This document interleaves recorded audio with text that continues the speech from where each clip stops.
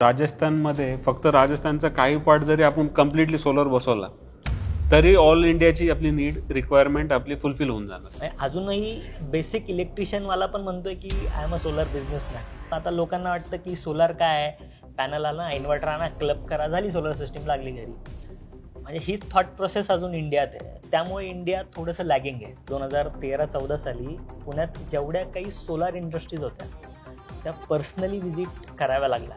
या क्षेत्राबद्दल ग्लोबल लेवलला काय विचार केला जातो? एनर्जी जरी जनरेशन वाढलं आपल्याकडे इंडियामध्ये तरी ते इंडियामध्येच कन्झ्युम होईल.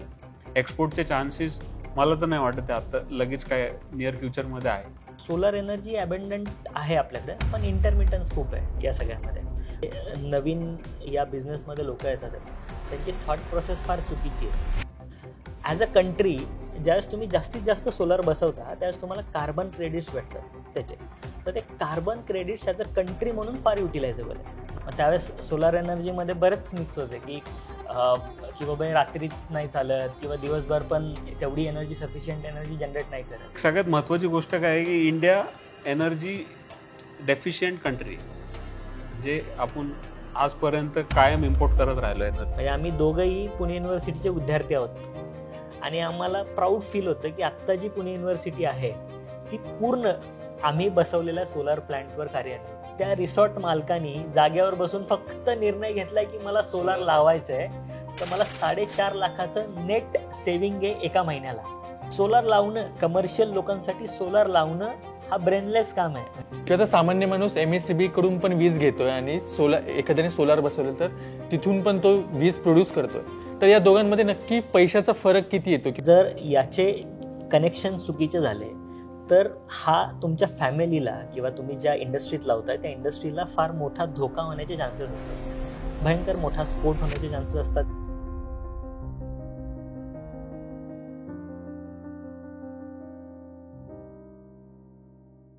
नमस्कार, अजब गजबच्या या नव्या बिझनेस पॉडकास्टमध्ये तुम्हा सर्वांचं स्वागत आहे.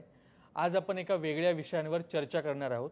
खरं तर त्या विषयावर खूप कमी चर्चा केली जाते, पण त्या विषयावर बोलणं ही आता काळाची गरज आहे. आणि तो विषय म्हणजे ग्रीन एनर्जी आणि सोलार. आणि याच विषयांवर चर्चा करायला आपल्यासोबत आज अशा कंपनीचे फाउंडर आहेत ज्या प्रोझ्युमर सोलार कंपनीने पुणे मेट्रो आणि पुणे युनिव्हर्सिटी या मोठ्या संस्थांना सोलार बसवले. आणि आपल्यासोबत आहेत या प्रोझ्युमर सोलार कंपनीचे फाउंडर्स श्री प्रताप बारणे आणि वीरेंद्र भागवत. सर, खूप खूप स्वागत आहे तुमचं अजब गजबच्या या नव्या पॉडकास्टमध्ये. खरं तर खूप सारे मीच आहेत ग्रीन एनर्जी, सोलार या सगळ्या गोष्टींबद्दल आज आपण त्यांच्याकडून जाणून घेणार आहोत. सो मला पहिलाच प्रश्न असा पडलाय की एंटरप्रेन्योर म्हणून काम करताना किंवा एखादा बिझनेसमॅन म्हणून काम करताना तुम्हाला सोलार एनर्जी हा विषयच का निवडावासा वाटला? काय वाटतं या क्षेत्राबद्दल, या विषयाबद्दल? तुमची सुरुवात सगळी जाणून घ्यायची.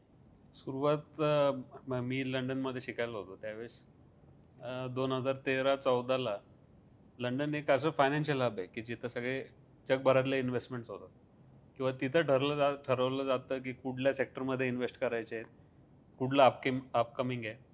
तर त्यावेळेस एनर्जी, रिन्युएबल एनर्जी, त्यातल्या त्यात सोलर आणि विंड हे खूप म्हणजे त्यावेळेस त्या सेक्टरमध्ये खूप प्राधान्य दिलं जात होतं. तर तेव्हापासून इंटरेस्ट होता की रिन्युएबल एनर्जी जनरेशन याच्यामध्ये. आणि मग नंतर पुढं जाऊन आम्ही जेव्हा एकत्र काम करायला लागलो तेव्हा मग त्या क्षेत्रामध्ये आमचं पूर्णपणे एंट्री झाली. 100% आम्ही त्यात काम करतो. सो पहिला थॉट काय होता म्हणजे या सौर ऊर्जा क्षेत्रामध्ये काम करण्याचा? तुम्हाला सुरुवात कशी झाली सांगतो की माझं BTech झाल्यानंतर मी MTechला ॲडमिशन घेतलं. MTechच्या लास्ट इयरच्या प्रोजेक्टला आम्हाला त्यांनी सांगितलं की माझं MTech हीट पॉवरमध्येच होतं, म्हणजे एनर्जी डिपार्टमेंटमध्येच होतं. त्यामध्ये त्यांनी लास्ट इयरला मला सांगितलं की तुला सोलारमध्ये काम करायचं आहे. सोलारमध्ये काम करताना 2 विंग होते. एक तर प्रॅक्टिकली एक काम करायचं आहे आणि एक ॲनालिसिसमध्ये करायचं आहे. आमच्या काही मित्र ॲनालिसिसमध्ये गेला, आम्ही प्रॅक्टिकलमध्ये गेलो. जस्ट प्रॅक्टिकलमध्ये गेलो त्यावेळेस सरांनी सांगितलं की तुला सेटअप करायचं आहे, त्याशिवाय पर्याय नाही आहे.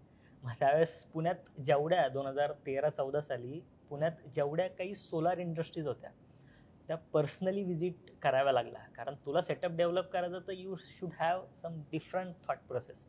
तर त्यासाठी मग सगळ्या इंडस्ट्री आम्ही फिरलो पुण्यातल्या. मग त्याच्यानंतर मग सोलारमध्ये इंटरेस्ट जनरेट झाला. त्या इंटरेस्ट जनरेट झाल्यानंतर मग याच्यातून पहिलं बेसिक इन्स्टिंक्ट होतं की सोलार एवढं अवेलेबल आहे, तुम्हाला एनर्जी फुकट भेटतीये, तर तुम्ही त्याचा वापर कशा पद्धतीने चांगल्यात चांगल्या पद्धतीने युटिलाइज करू शकता, चांगल्यात चांगल्या पद्धतीने लोकांपर्यंत कसं पोचवू शकता, त्या पद्धतीने सुरुवात करत करत करत करत मग या क्षेत्रात पडायची इच्छा झाली आणि आवडही झाली. आणि त्यावेळेस एवढं लिटरेचर वाचलं गेलं प्रोजेक्टच्या संदर्भात, त्यामुळे या सगळ्यातलं कधीपासून सुरुवात झाली, कशी झाली, मग कशा डेव्हलपमेंट होत गेल्या, फ्युचर अस्पेक्ट्स काय आहेत या इंडस्ट्रीचे, मग ते समजायला लागल्यानंतर मग आम्ही हळूहळू जसं मास्टर झालं तसं बिझनेसमध्ये उडी घेतली.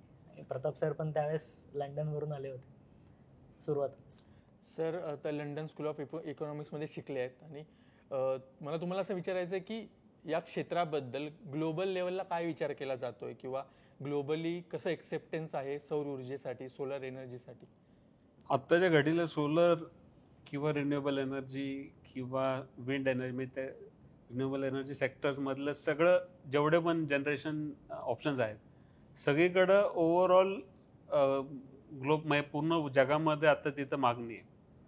त्यातलं त्यात सोलर आता बऱ्यापैकी सगळ्यांना माहिती झालं आहे. सोलरबद्दल माहिती ऑलमोस्ट सगळ्या लोकांना आहे, 80% लोकांना आहे. काही टेक्निकल माहिती फक्त कमी पडते किंवा कसं बसवलं पाहिजे. म्हणजे ही सगळी टेक्नॉलॉजी अवेलेबिलिटी जी आहे जगामध्ये ती आपण कशी वापरली पाहिजे ह्याचं नॉलेज कमी आहे. पण काय काय अवेलेबल आहे ते ऑलमोस्ट सगळ्यांना माहिती आहे. तुम्ही जेव्हा एकत्र बिझनेस करण्याचा विचार केलात किंवा आपण या एनर्जीमध्ये काम करू, तेव्हा तुम्हा दोघांचा असा काय विचार होता की नाही हा थॉट आपल्याला चेंज करायचा आहे किंवा ह्या सगळ्या मिथ्स आहेत या मोडायच्या आहेत, किंवा तो काय प्रेरणा काय होती की सोलर एनर्जीमध्येच आपण काम करूयात किंवा दोघं मिळून काम करूयात किंवा एखादी कंपनी स्थापन करूयात? आता त्यावेळेस काय, जसं मास्टर झालं तसं सुरुवातीला काही 3-4 महिने जॉबही केला. मग ते जॉब केल्यानंतर असं झालं की काही ना काहीतरी चालू करणं गरजेचं आहे.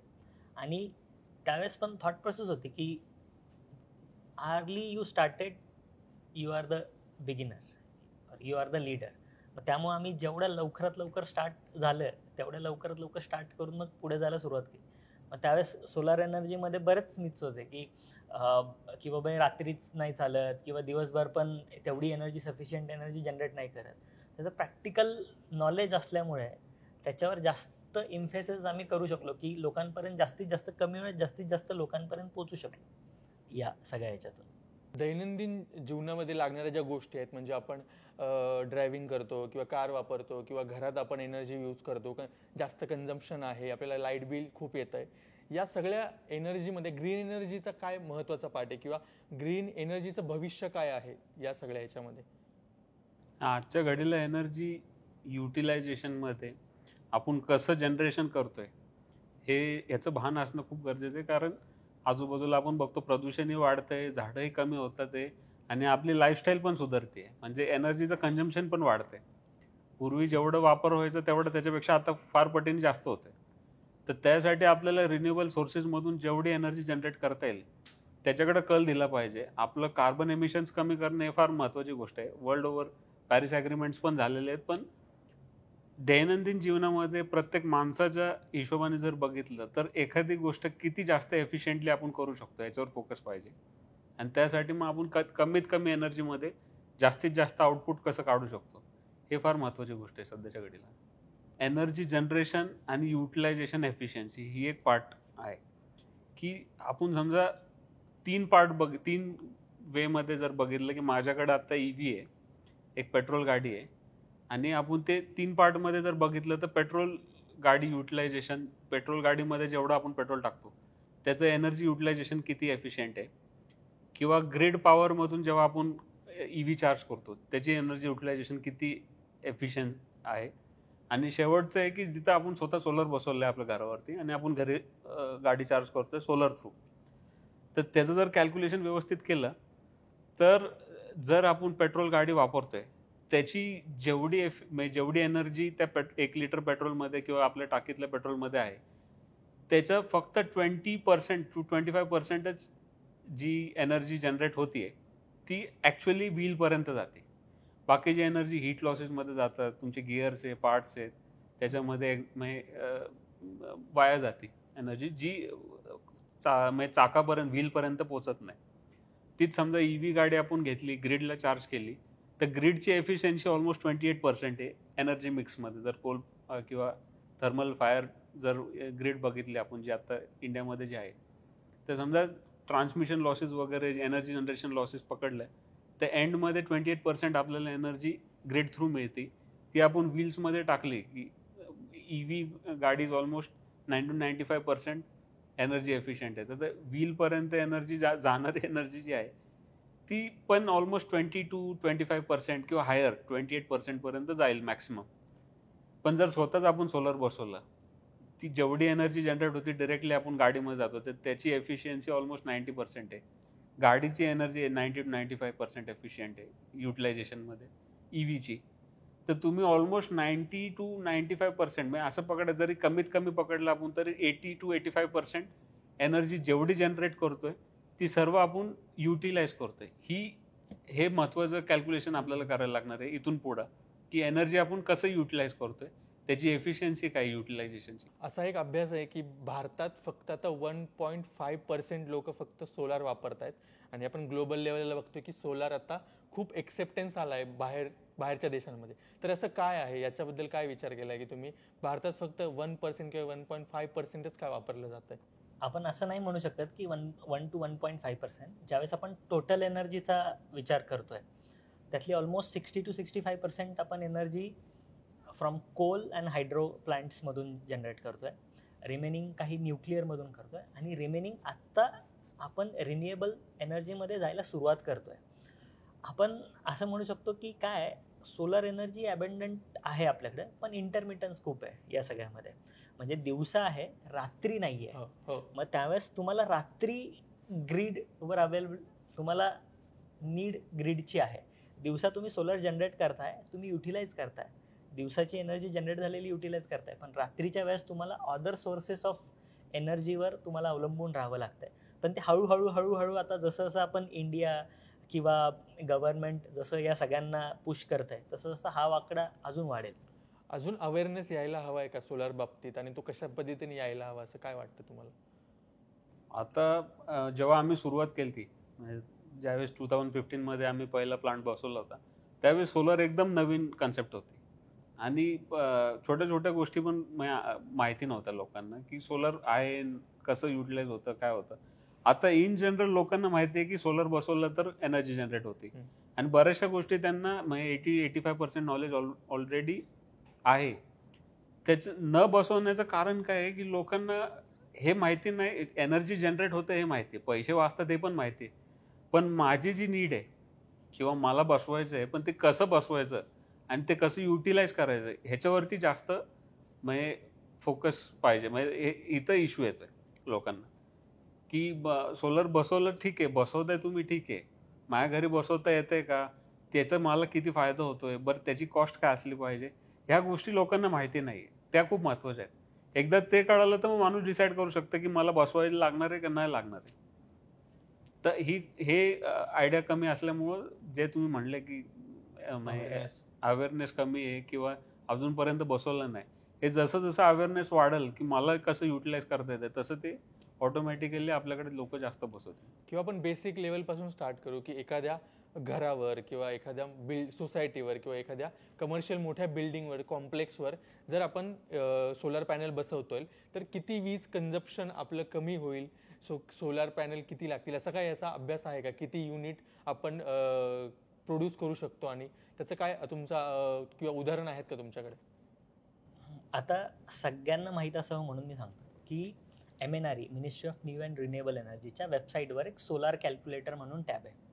त्या सोलार कॅल्क्युलेटरवर लेमन्स पीपल सगळेजण मोबाईल वापरतात. त्या सोलार कॅल्क्युलेटरच्या टॅबवर आपण गेलो आणि आपल्या ज्या काही रिक्वायरमेंट्स आहेत त्या कॅल्क्युलेशनमध्ये टाकल्या की तुम्हाला तुमची नीड किती आहे हे समजतं. किंवा तुम्ही प्रोझ्युमर सोलरच्या वेबसाईटवर गेला, तिथेही जरी सोलार कॅल्क्युलेशनच्या तुमच्या काही थंब रूल्स आहेत ते टाकलं तरी समजतं. आता याचे बेसिक अंडरस्टँडिंग सांगतो. आता माझे काही मित्र आहेत, आता मी पहिल्यापासून बिझनेसमध्ये असल्यामुळे आता लोकांना वाटतं की सोलार काय आहे, पॅनल आला, इन्व्हर्टर आणा, क्लब करा, झाली सोलर सिस्टीम लागली घरी. म्हणजे हीच थॉट प्रोसेस अजून इंडियात आहे. त्यामुळे इंडिया थोडंसं लॅगिंग आहे. म्हणजे अजूनही बेसिक इलेक्ट्रिशियनवाला पण म्हणतोय की I am a solar businessman. पण ही थॉट प्रोसेस चुकीची आहे. की फक्त पॅनल आणा, इन्व्हर्टर आणा, असेंबल करा, झाली तुमची सोलर सिस्टीम, लागली पैसे द्या. पण हे असं नाही आहे. याच्यात अगेन सायन्स, बरंच मोठं सायन्स आहे. आता याच्यात बेसिकपासून जातो. आमचे एक मित्र होते की अरे वीरेंद्र, तू पण सोलार बिझनेसमध्ये, मला पण बिझनेस करायचा आहे, पण मला समजत नाही आहे कुठून करायचं आहे, कसं करायचं आहे, तू मला सांग ना, बाकी कोण सांगतच नाही आहे मला. त्यासाठी बेसिक अंडरस्टँडिंग आहे. तुमचं घराचं इलेक्ट्रिसिटी बिल असतं, तर तुमचं महिन्याची एनर्जी कन्झम्पशन चेक करायचं. प्रत्येक महिन्याला तुम्हाला, फॉर एक्झाम्पल तुम्ही जर छोटं घर असेल तुमचं 1 BHK 2 BHK, तर तुमची एनर्जी नीड असते 100 unit to 200 units per month. जर थोड्या मोठ्या प्रमाणात गेलं तर तुमची 1000 युनिटच्या आसपासची रिक्वायरमेंट असते. आणि अजून थोड्या मोठ्या प्रमाणात रेसिडेन्शियल झोनमध्ये गेलं तर 10,000च्या आसपास मोठ्या बंगलोजला किंवा हॉस्टेल्सला 10,000 युनिट्सच्या आसपासची रिक्वायरमेंट्स असते. तर याच्यात बेसिक थंब रूल काय कन्सिडर करायचा की फॉर एक्झाम्पल माझ्या घराची नीड 100 युनिट आहे, तर मला सोलार लागणार आहे 1 किलोवॅटची सिस्टीम. Basic thumb rule. याच्यात अजून डीप कॅल्क्युलेशन आहेत, पण बेसिक अंडरस्टँडिंगसाठी. जर माझ्या इलेक्ट्रिसिटी बिलावर 100 युनिट कन्झम्पशन महिन्याचं आहे, तर मला 1 किलोवॅटची सिस्टीम लागणार आहे आणि त्याचा खर्च अप्रॉक्सिमेटली 50,000 ते 60,000 रुपये. जर माझं unit consumption 500 units per month आहे, डिवायडेड बाय 100, 5 किलोवॅटची सिस्टीम लागणार आहे. माझा महिन्याचं कन्झम्पन 1000 युनिट आहे, डिवायडेड बाय 100, मला 10 किलोवॅटची गरज आहे. माझा महिन्याचं युनिट कन्झम्पन 10,000 युनिट्स आहे, डिवायडेड बाय 100. जे काही तुमचं युनिट कन्झम्पन आहे, फॉर एक्झाम्पल आपण 750 युनिट आहे, डिवायडेड बाय 100, 7.5 किलोवॅटची गरज आहे. 1 किलोवॅटला 50,000, ठोक ताळा 50,000 रुपये खर्च येतो. जेवढं 1 किलोवॅटला 50,000 रुपये खर्च, 100 युनिट तुम्हाला जनरेट होणार आहे. म्हणजे हे बेसिक 100 युनिट 1 किलोवॅट 50,000 रुपये खर्च. त्याला खाली परत अगेन 100चे 1000 झाले, त्याला डिवायडेड बाय 100 किती किलोवॅट आहे, हा बेसिक रूल आहे. याच्यानुसारच आपण बाकीच्या गोष्टी, एनर्जी ॲनालिसिस, एनर्जी कॅल्क्युलेशन करायला सुरुवात करतो. तर आता मोठी जर एक छोटासा बंगला बघितला तर त्याला 5 किलोवॅट, 3 ते 5 किलोवॅटच्या आसपासची गरज असते किलोवॅट बेसिसवर. 1 किलोवॅटची सिस्टीम दिवसाला 3 ते 4 युनिट तयार करते. उन्हाळ्याच्या दिवसात हीच सिस्टीम तुमची 5 ते 6 युनिट तयार करते. जर आपण वर्षाचा ॲव्हरेज घेतला दिवसाचा, तर तुमची सिस्टीम दिवसाला 1 किलोवॅटला 4 युनिट तुम्हाला जनरेट करून देते. म्हणजे महिन्याला अप्रॉक्सिमेटली 120 युनिट.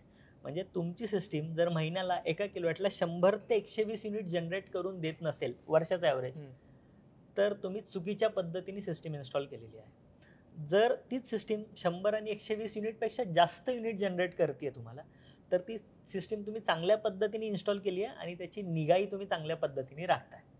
सो इतक्या बारकाईने तो कॅल्क्युलेशन केलं पाहिजे. इफ जर समजा की प्रत्येकाने सोलार वापरायला सुरुवात केली किंवा बऱ्यापैकी लोक वापरत आहेत, तर वातावरणात अशी काय पॉझिटिव्ह चेंजेस होऊ शकतात किंवा पर्यावरणाला त्याचे काय फायदे होऊ शकतात जर प्रत्येकाने सोलार वापरायला सुरुवात केली? प्रत्येकाने जर सोलार लावायला सुरुवात केली, आत्ता जर तुम्ही ॲग्रिकल्चर फील्डमध्ये बघायला सुरुवात केली, तर आत्ता तिकडे 10 तास लाईट आहे, 8 तास लाईट आहे, उरलेल्या तासात लाईटच नाही आहे. म्हणजे रात्री 12ला लाईट येते, शेतकरी पळत जातो, अरे माझी मोटर चालू करायची आहे, पळत जाऊन मोटर चालू करतो.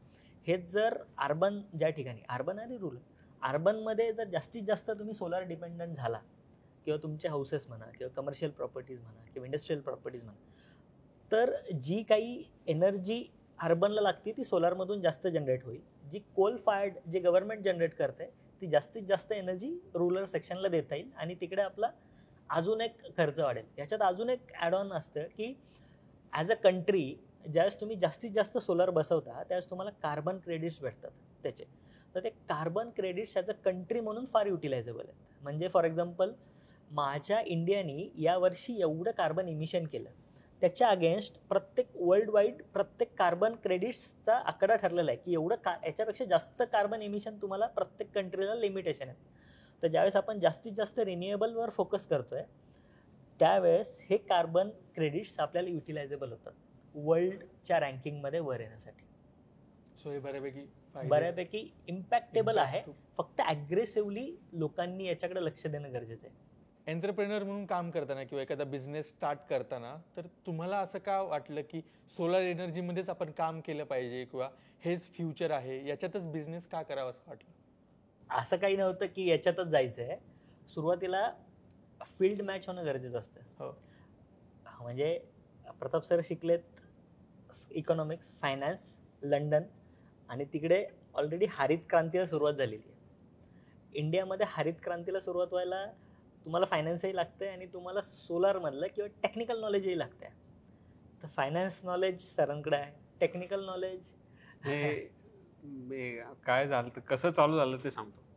म्हणजे मी जस्ट नुकतंच लंडनवरून आलो होतो आणि माझ्या डोक्यात कायम होतं की काहीतरी म्हणजे सोलरमध्ये किंवा रिन्युएबल एनर्जीमध्ये, कारण अभ्यास केला होता तर माहिती होतं की काहीतरी करायचं आहे. तर मग आम्ही त्यावेळेस एक एक्झिबिशन होतं, त्यावेळेस एक्झिबिशनला यांच्या कॉलेजला मी गेलो होतो आणि माझा एक मित्र, आमचं तिघांचं 3 डायरेक्टर आहेत. तर आमचं जे तिसरे जे डायरेक्टर आहेत त्यांना मी, ते मित्र होते म्हणून तेव्हा म्हटलं की मला घरी सोलर बसवायचं आहे आणि या एक्झिबिशनमध्ये कोण आहे का सोलरवाले किंवा सोलर रिलेटेड काम करणारे कोण पोरं आहेत का? तर म्हटलं आहेत ना, माझे मित्र आहेत, चला आपण जाऊ त्या स्टॉलला. जाऊन बसलो तिथं, बघितलं यांचं आणि यांना मी आपलं सहज विचारलं की माझ्या घरी बसून देता का सेम? तर हो म्हटले. आणि मग सुरू झालं, मग कितीचं बजेट काय? मग ॲक्च्युअल सुरुवात तिथून झाली की कसं बसवायचं, काय बसवायचं. माझ्या घरीच बसवायचं होतं पार्किंगच्या शेडवरती. तर मग त्यांनी नंतर मला सांगितलं की त्यांनी कसं सुरू केलं, पण काम सुरुवात तशी झाली. कामाची पहिली सुरुवात एकत्र करायची तशी सुरू झाली. ते कसं त्यांनी काम केलं ते त्यांना माहिती आहे. त्यावेळेस सुरुवातीला ना वर्ल्ड नंबर 1 ब्रँड होता कॅनेडियन सोलार म्हणून, की जे कॅनडावरून यायचा. आम्हाला वाटायचं की इंडियात रॉ मटेरियल्स नाही आहे, तर इंडियात पॅनल कसं तयार होतोय. मग आम्ही त्यावेळेस प्रताप सरांच्या घरी इंटरनॅशनल लेवलचे पॅनल, कॅनेडियन सोलरचे पॅनल, की जे अजूनही चालू आहेत अजूनही तेवढाच परफॉर्मन्स देतात, त्यावेळेस सुरुवातीला बसवलेलं आम्ही. मग तशी ती सुरुवात झालेली आणि मग त्याच्यानंतर इलेक्ट्रिसिटीचं बिल 0 झालं. मग फॅब्रिकेटर कसे आणले, मटेरियल कसं सोर्स केलं, ते त्याच्यात पण म्हणजे ते मटेरियल जुळवाजुळवी करताना पण बरेच किस्से झालेले, की कारण ते काय रूफटॉपवर होतं, पत्र्यावर होतं आणि आम्हाला सोलार लावायचं, जमिनीवरचं सोलार, त्यावेळेस आम्ही स्लॅबवरचं किंवा जमिनीवरचं सोलार लावायचं सुरुवात झालेली आमची. पण पत्र्यावर लावायचं कसं आहे, मग पत्र्याला होल केलं तर मग लिकेज होणार, मग परत शिव्या खाणार. त्यापेक्षा मग ते फॅब्रिकेशन मटेरियल ते सगळं त्याच्यात थोडी इंजिनिअरिंग करून, थोडंसं डेव्हलपमेंट करून तो सोलर प्रोजेक्ट सुरू झाला. त्यावेळेस सोलर एकदम नवीन होतं आणि आम्ही स्वतःवरच आमचा एक्सपेरिमेंट करून घेतला की काय किंवा म्हणतात ना ते की गरज ही शोधाची जननी आहे. मला गरज वाटली आणि मग तुम्ही त्याचं काहीतरी शोधून काढलं. ही वेळ हे जे सांगतं ते 2015ची गोष्ट आहे. त्यावेळेस 2015ला सोलर लावणं किंवा सोलर पॅनल लावणं, तर त्यावेळेस सोलर वॉटर हीटर मिळायचे, इलेक्ट्रिक सोलर नव्हते. तर सोलर म्हटलं की लोकांना वाटायचं वॉटर हीटर बसवत, पण इलेक्ट्रिक सोलर कसं बसवायचं, त्याची वायरिंग कशी आहे, त्याच्यात इतके म्हणजे सोलर सिस्टीम म्हणतात. त्या सिस्टीमचं कारण असं आहे की इतक्या गोष्टी व्हेरिएबल्स इन्व्हॉल्व असतात, की तुमची रूफ कशी आहे, त्याच्यावरती रेडिएशन किती येत आहे, वायर कुठले वापरते, तुमचं इन्व्हर्टर कुठले. जसं हे म्हणले की कॅनेडियन सोलरचे पॅनल वापरले, मग ते का वापरले, कारण ते सगळ्यात चांगले त्या काळातले पॅनल होते. त्यात पण खूप आहेत, मोनोपर्क आहे किंवा पॉलीचे पॅनल येतात. असे बरेच वेगवेगळी सिस्टीम टेक्नॉलॉजी आहे. त्यातली इंडियामध्ये कुठली सगळ्यात बेस्ट आहे, जी हाय रेजिस्टन्स, हीट रेजिस्टन्स आहे. आपल्याकडे पाऊस पण खूप वेळ असतो, म्हणजे 4 महिने पाऊस पडतो पुण्यात. मग त्यामध्ये सगळ्यात जास्त एफिशियंट पॅनल कुठले आहेत, हा सगळा अभ्यास आमचा त्या प्रोजेक्टमध्ये झाला. बरं, एक्झॅक्ट कॉस्ट किती आहे ती प्रोजेक्ट बसवणं, हा पण एक खूप मोठा मुद्दा होता. तर ते त्यात पण शिकायला मिळालं की कुठं कॉस्ट कटिंग होऊ शकते, कुठं आपण कॉस्ट कटिंग नाही केली पाहिजे, किंवा कुठं असं वाटतं की बाबा आपली जास्तीत जास्त एफिशियंट पण सगळ्यात चांगली सिस्टीम बसवता येईल, क्वालिटीवरती कॉम्प्रोमाइज न करता. त्यातून भरपूर शिकायला मिळेल त्या प्रोजेक्टमध्ये. त्यावेळेस असं झालेलं की आम्ही सोलर बसवलं, मग बसवल्यानंतर 6 महिने त्याच्यात लायझनिंग प्रोसेस पण असते, MSDCL बरोबर संलग्न होऊन त्या सगळ्या प्रोसेस कराव्या लागतात. मग तिथं आपला मीटर बसतो, दुसरा एक मीटर बसतो. ते बसल्यानंतर 6 महिने लाईट बिल 0 आलं. मग आपण बोलून घेतलं आम्हाला, 0 काय ते लाईट बिल, यांनी काहीतरी केलं ते बघा. MSCB वाले नंतर एकदम बिल ठोकतील म्हणून. मग आम्ही त्यांना सांगितलं की ते असं नाही आहे, ती प्रोसेस म्हणजे आपण कसं MSCBला वीज देतोय, कशी घेतोय. त्यावेळेस हे सगळं असं वाटायचं की जादूची कांडी फिरवल्यासारखं वाटायचं, की एवढं होतं का खरंच सेव्हिंग, खरंच लाईट बिल 0 होत आहे का. मग ते 0 सगळं ऐकून घेतल्यानंतर, समजल्यानंतर त्यांनी आम्हाला सांगितलं की असे पण एवढे बाकीचेही प्रोजेक्ट्स आहेत, तिथेही जाऊन तुम्ही भेटा लोकांना, त्यांना हे सांगा. मग ते मोटिवेशन आम्हाला तिथून भेटलं की की बाबा खरंच बिझनेस करू शकतो आपण. त्यावेळेस छोटा म्हणजे ते म्हणतो ना की छोटीशी ठिणगी पडती ती इथून पडली आणि मग त्याचा मग प्रोझ्युमर सोलर ही कंपनी स्थापन कशी झाली? जनरली काय झालं, ज्यावेळेस माझं मास्टर झालं ना त्यावेळेस ही थॉट प्रोसेस होती की कंपनी चालू करायची. ज्यावेळेस मी घरी सांगितलं की मला बिझनेस करायचा आहे, आमच्या घरी बॅकग्राऊंड अख्ख्या आमच्या पूर्ण 7 पिढ्यांमध्ये नव्हतं. 7 पिढ्यामध्ये बिझनेस कोणी केलेला नाही आहे. तर मग घरच्यांना मी सांगितल्यावर ते म्हणे हा चांगलं चांगलं करतोयस तू. मी म्हटलं नाव काय ठेवू आई? आई म्हटली स्वामी समर्थ ठेव. म्हणजे असं काहीतरी देवाचं नाव ठेव बाबा, तू काहीतरी मोठा होशील. मग ते काय अभ्यास केला असल्यामुळे ते ज्यावेळेस लिटरेचर स्टडी करताना ज्यावेळेस तुम्ही एखाद्याच्या घरी सोलर बसवता किंवा एखाद्या बिल्डिंगवर सोलर बसवता त्यावेळेस तो ओनर जो असतो ना बिल्डिंगचा तो असतो प्रोझ्युमर. म्हणजे त्याला आपण म्हणतो प्रोझ्युमर. म्हणजे तो स्वतः एनर्जी प्रोड्यूसही करत असतो आणि स्वतःची एनर्जी कन्झ्युमही करत असतो. म्हणजे he is producer as well as consumer. म्हणजे तो प्रोझ्युमर आहे.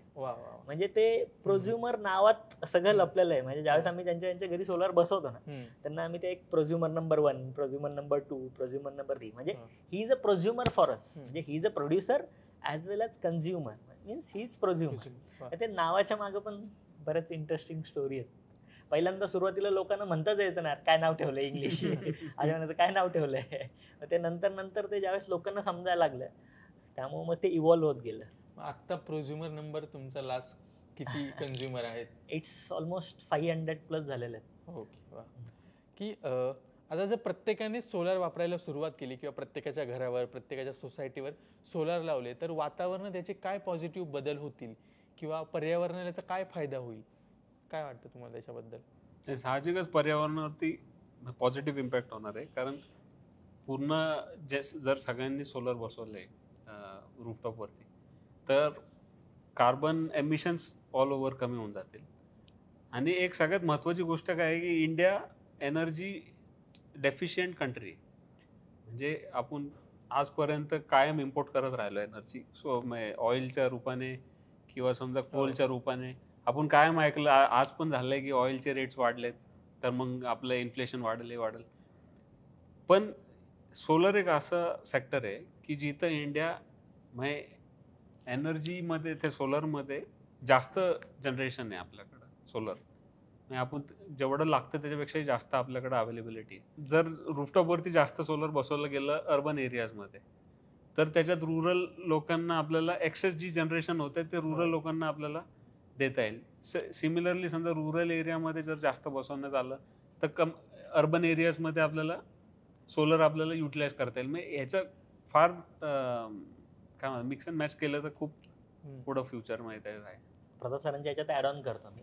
काय होतं की ज्यावेळेस आपण जास्तीत जास्त एनर्जी तयार करतो parallelly India is developing country. मग ज्यावेळेस इंडिया डेव्हलप होत असताना त्यावेळेस आपण कार्बन एमिशन पण तेवढ्या मोठ्या प्रमाणात करतो. तर ज्यावेळेस इंटरनॅशनल लेवलला तुमच्याकडं एक लिमिट सेट केलेलं आहे की तुम्ही या लिमिटच्या वर कार्बन एमिशन नाही करू शकत. तर मग त्यावेळेस जर आपण इंडिया फास्ट प्रोग्रेस करत असेल त्यावेळेस एमिशन पण जास्त होतं. त्यावेळेस त्या कार्बन एमिशनला काउंटर अटॅक करण्यासाठी आपण ज्यावेळेस सोलर लावतो त्यावेळेस आपल्याला कार्बन क्रेडिट्स अवेलेबल होतात ॲज अ कंट्री म्हणून. मग ते कार्बन क्रेडिट्स आपण युटिलाइज करू शकतो आपलं कार्बन एमिशन्स कमी करण्यासाठी और वर्ल्ड वाईड आपलं रँकिंग स्टेबल ठेवण्यासाठी. ओके. हे सोलार हे प्रत्येकाला लावणं परवडणार आहे का किंवा त्याची मेंटेनिंग कॉस्ट किती आहे? किंवा मग लोकांना असंच वाटतं की ठीक आहे आम्हाला एवढे 1000 रुपये लाईट बिल येतं मग सोलार लावायला एवढा मोठा खर्च येऊ शकतो किंवा ते पुरे मेंटेन करायला याचा खर्च येऊ शकतो. तर त्याच्याबद्दलचं मीच खूप आहे आता लोकजनांमध्ये. त्याच्याबद्दल काय वाटतं की खरंच हे सामान्य माणसाला परवडणार आहे का? सोलर जर सिस्टीम चांगली बसवली आणि व्यवस्थित बसवली, मी आधी पण म्हटलं हे सिस्टीम असतं. जर तुमची सिस्टीम प्रॉपर असेल तर मग त्याला मेंटेनन्स काहीच येत नाही. मेंटेनन्स फार नेग्लिजिबल आहे. फक्त तुम्हाला पॅनल स्वच्छ ठेवायला लागतात आणि जसं तुमचं रेडिएशन थ्रू जनरेशन होईल तसं तुमचं जनरेशन होत राहणार आहे कायम. आता आम्ही एक 2015मध्ये सिस्टीम बसवली आहे. ती अजून पण ऑपरेशनल आहे आणि ऑपरेशनल पण आहे आणि एफिशियंटली ऑपरेट करते कारण त्याचं सिस्टीमच एवढं चांगलं बसवण्यात आलं आहे. सुरुवातीलाच एवढं चांगलं बसवलं आहे की over the period of time ते व्यवस्थित राहतं. त्याचं मेंटेनन्सबद्दल सांगतील. आता कसं होतं की सोलार सिस्टीम इन्स्टॉल करणं म्हणजे लेमन्स लोकांना आजकाल जे नवीन या बिझनेसमध्ये लोक येतात त्यांची थॉट प्रोसेस फार चुकीची आहे. त्यांची थॉट प्रोसेस अशी आहे की पॅनल एकाकडून घ्यायचे, इन्व्हर्टर एकाकडून घ्यायचे, असेंबल झाली की सोलर सिस्टीम लागली. मग त्याच्यानंतर 25 वर्ष लाईफ आहे त्याला, ती मेंटेन कशी करायची आहे, ती प्रॉपर इन्स्टॉल कशी करायची आहे, बिंग अँड सिस्टीम ती इंटिग्रेट कशी करायची, या सगळ्या गोष्टी फार थरोली बघाव्या लागतात आणि त्या थरोली कराव्या लागतात. एखाद्या वेळेस जर याचे कनेक्शन चुकीचे झाले तर हा तुमच्या फॅमिलीला किंवा तुम्ही ज्या इंडस्ट्रीत लावताय त्या इंडस्ट्रीला फार मोठा धोका होण्याचे चान्सेस असतात.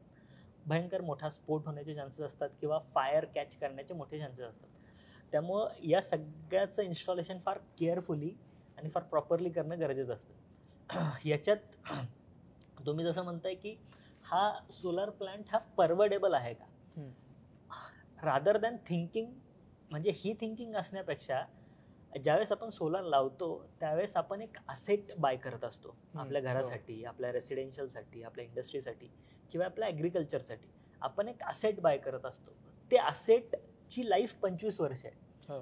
तर त्या असेटला या पद्धतीने बघण्यापेक्षा ते असेट मला मॅक्सिमम वेळ कसा आउटपुट देईल या पद्धतीने बघणं फार गरजेचं आहे. म्हणजे सुरुवातीला आपण बेसिक आपण घरी फ्रीज घेताना पण बघतो की 5 स्टारचा कुठला आहे, 4 स्टारचा कुठला आहे. फ्रीज घेतानाही बघतो, गॅस घेतानाही बघतो, बाकीच्या घरातलं इक्विपमेंट एसी घेतानाही बघतो की चांगला पाहिजे मला. पण सोलार घेताना आपण निगोशिएट करतो cost effective rather than cost effective. आपण हे विचार केला पाहिजे की मला ह्या असेटनी जास्तीत जास्त वेळ आउटपुट देणं गरजेचं आहे. मग त्यासाठी मला हायेस्ट टेक्नॉलॉजी कशी वापरता येईल, त्याची निगा राखण्यासाठी मला डे 1लाच कशा काही प्रायोरिटीज सेट करून ठेवाव्या लागतील, ह्या सगळ्या गोष्टी बघणं सुरुवातीपासून गरजेचं आहे. सो आता बऱ्यापैकी आपण बघतो की लोक आता ग्रीन एनर्जीकडे वळू लागले आहेत किंवा आता प्रत्येकाला EV कार घ्यायची आहे, EV आता फ्युचर आहे.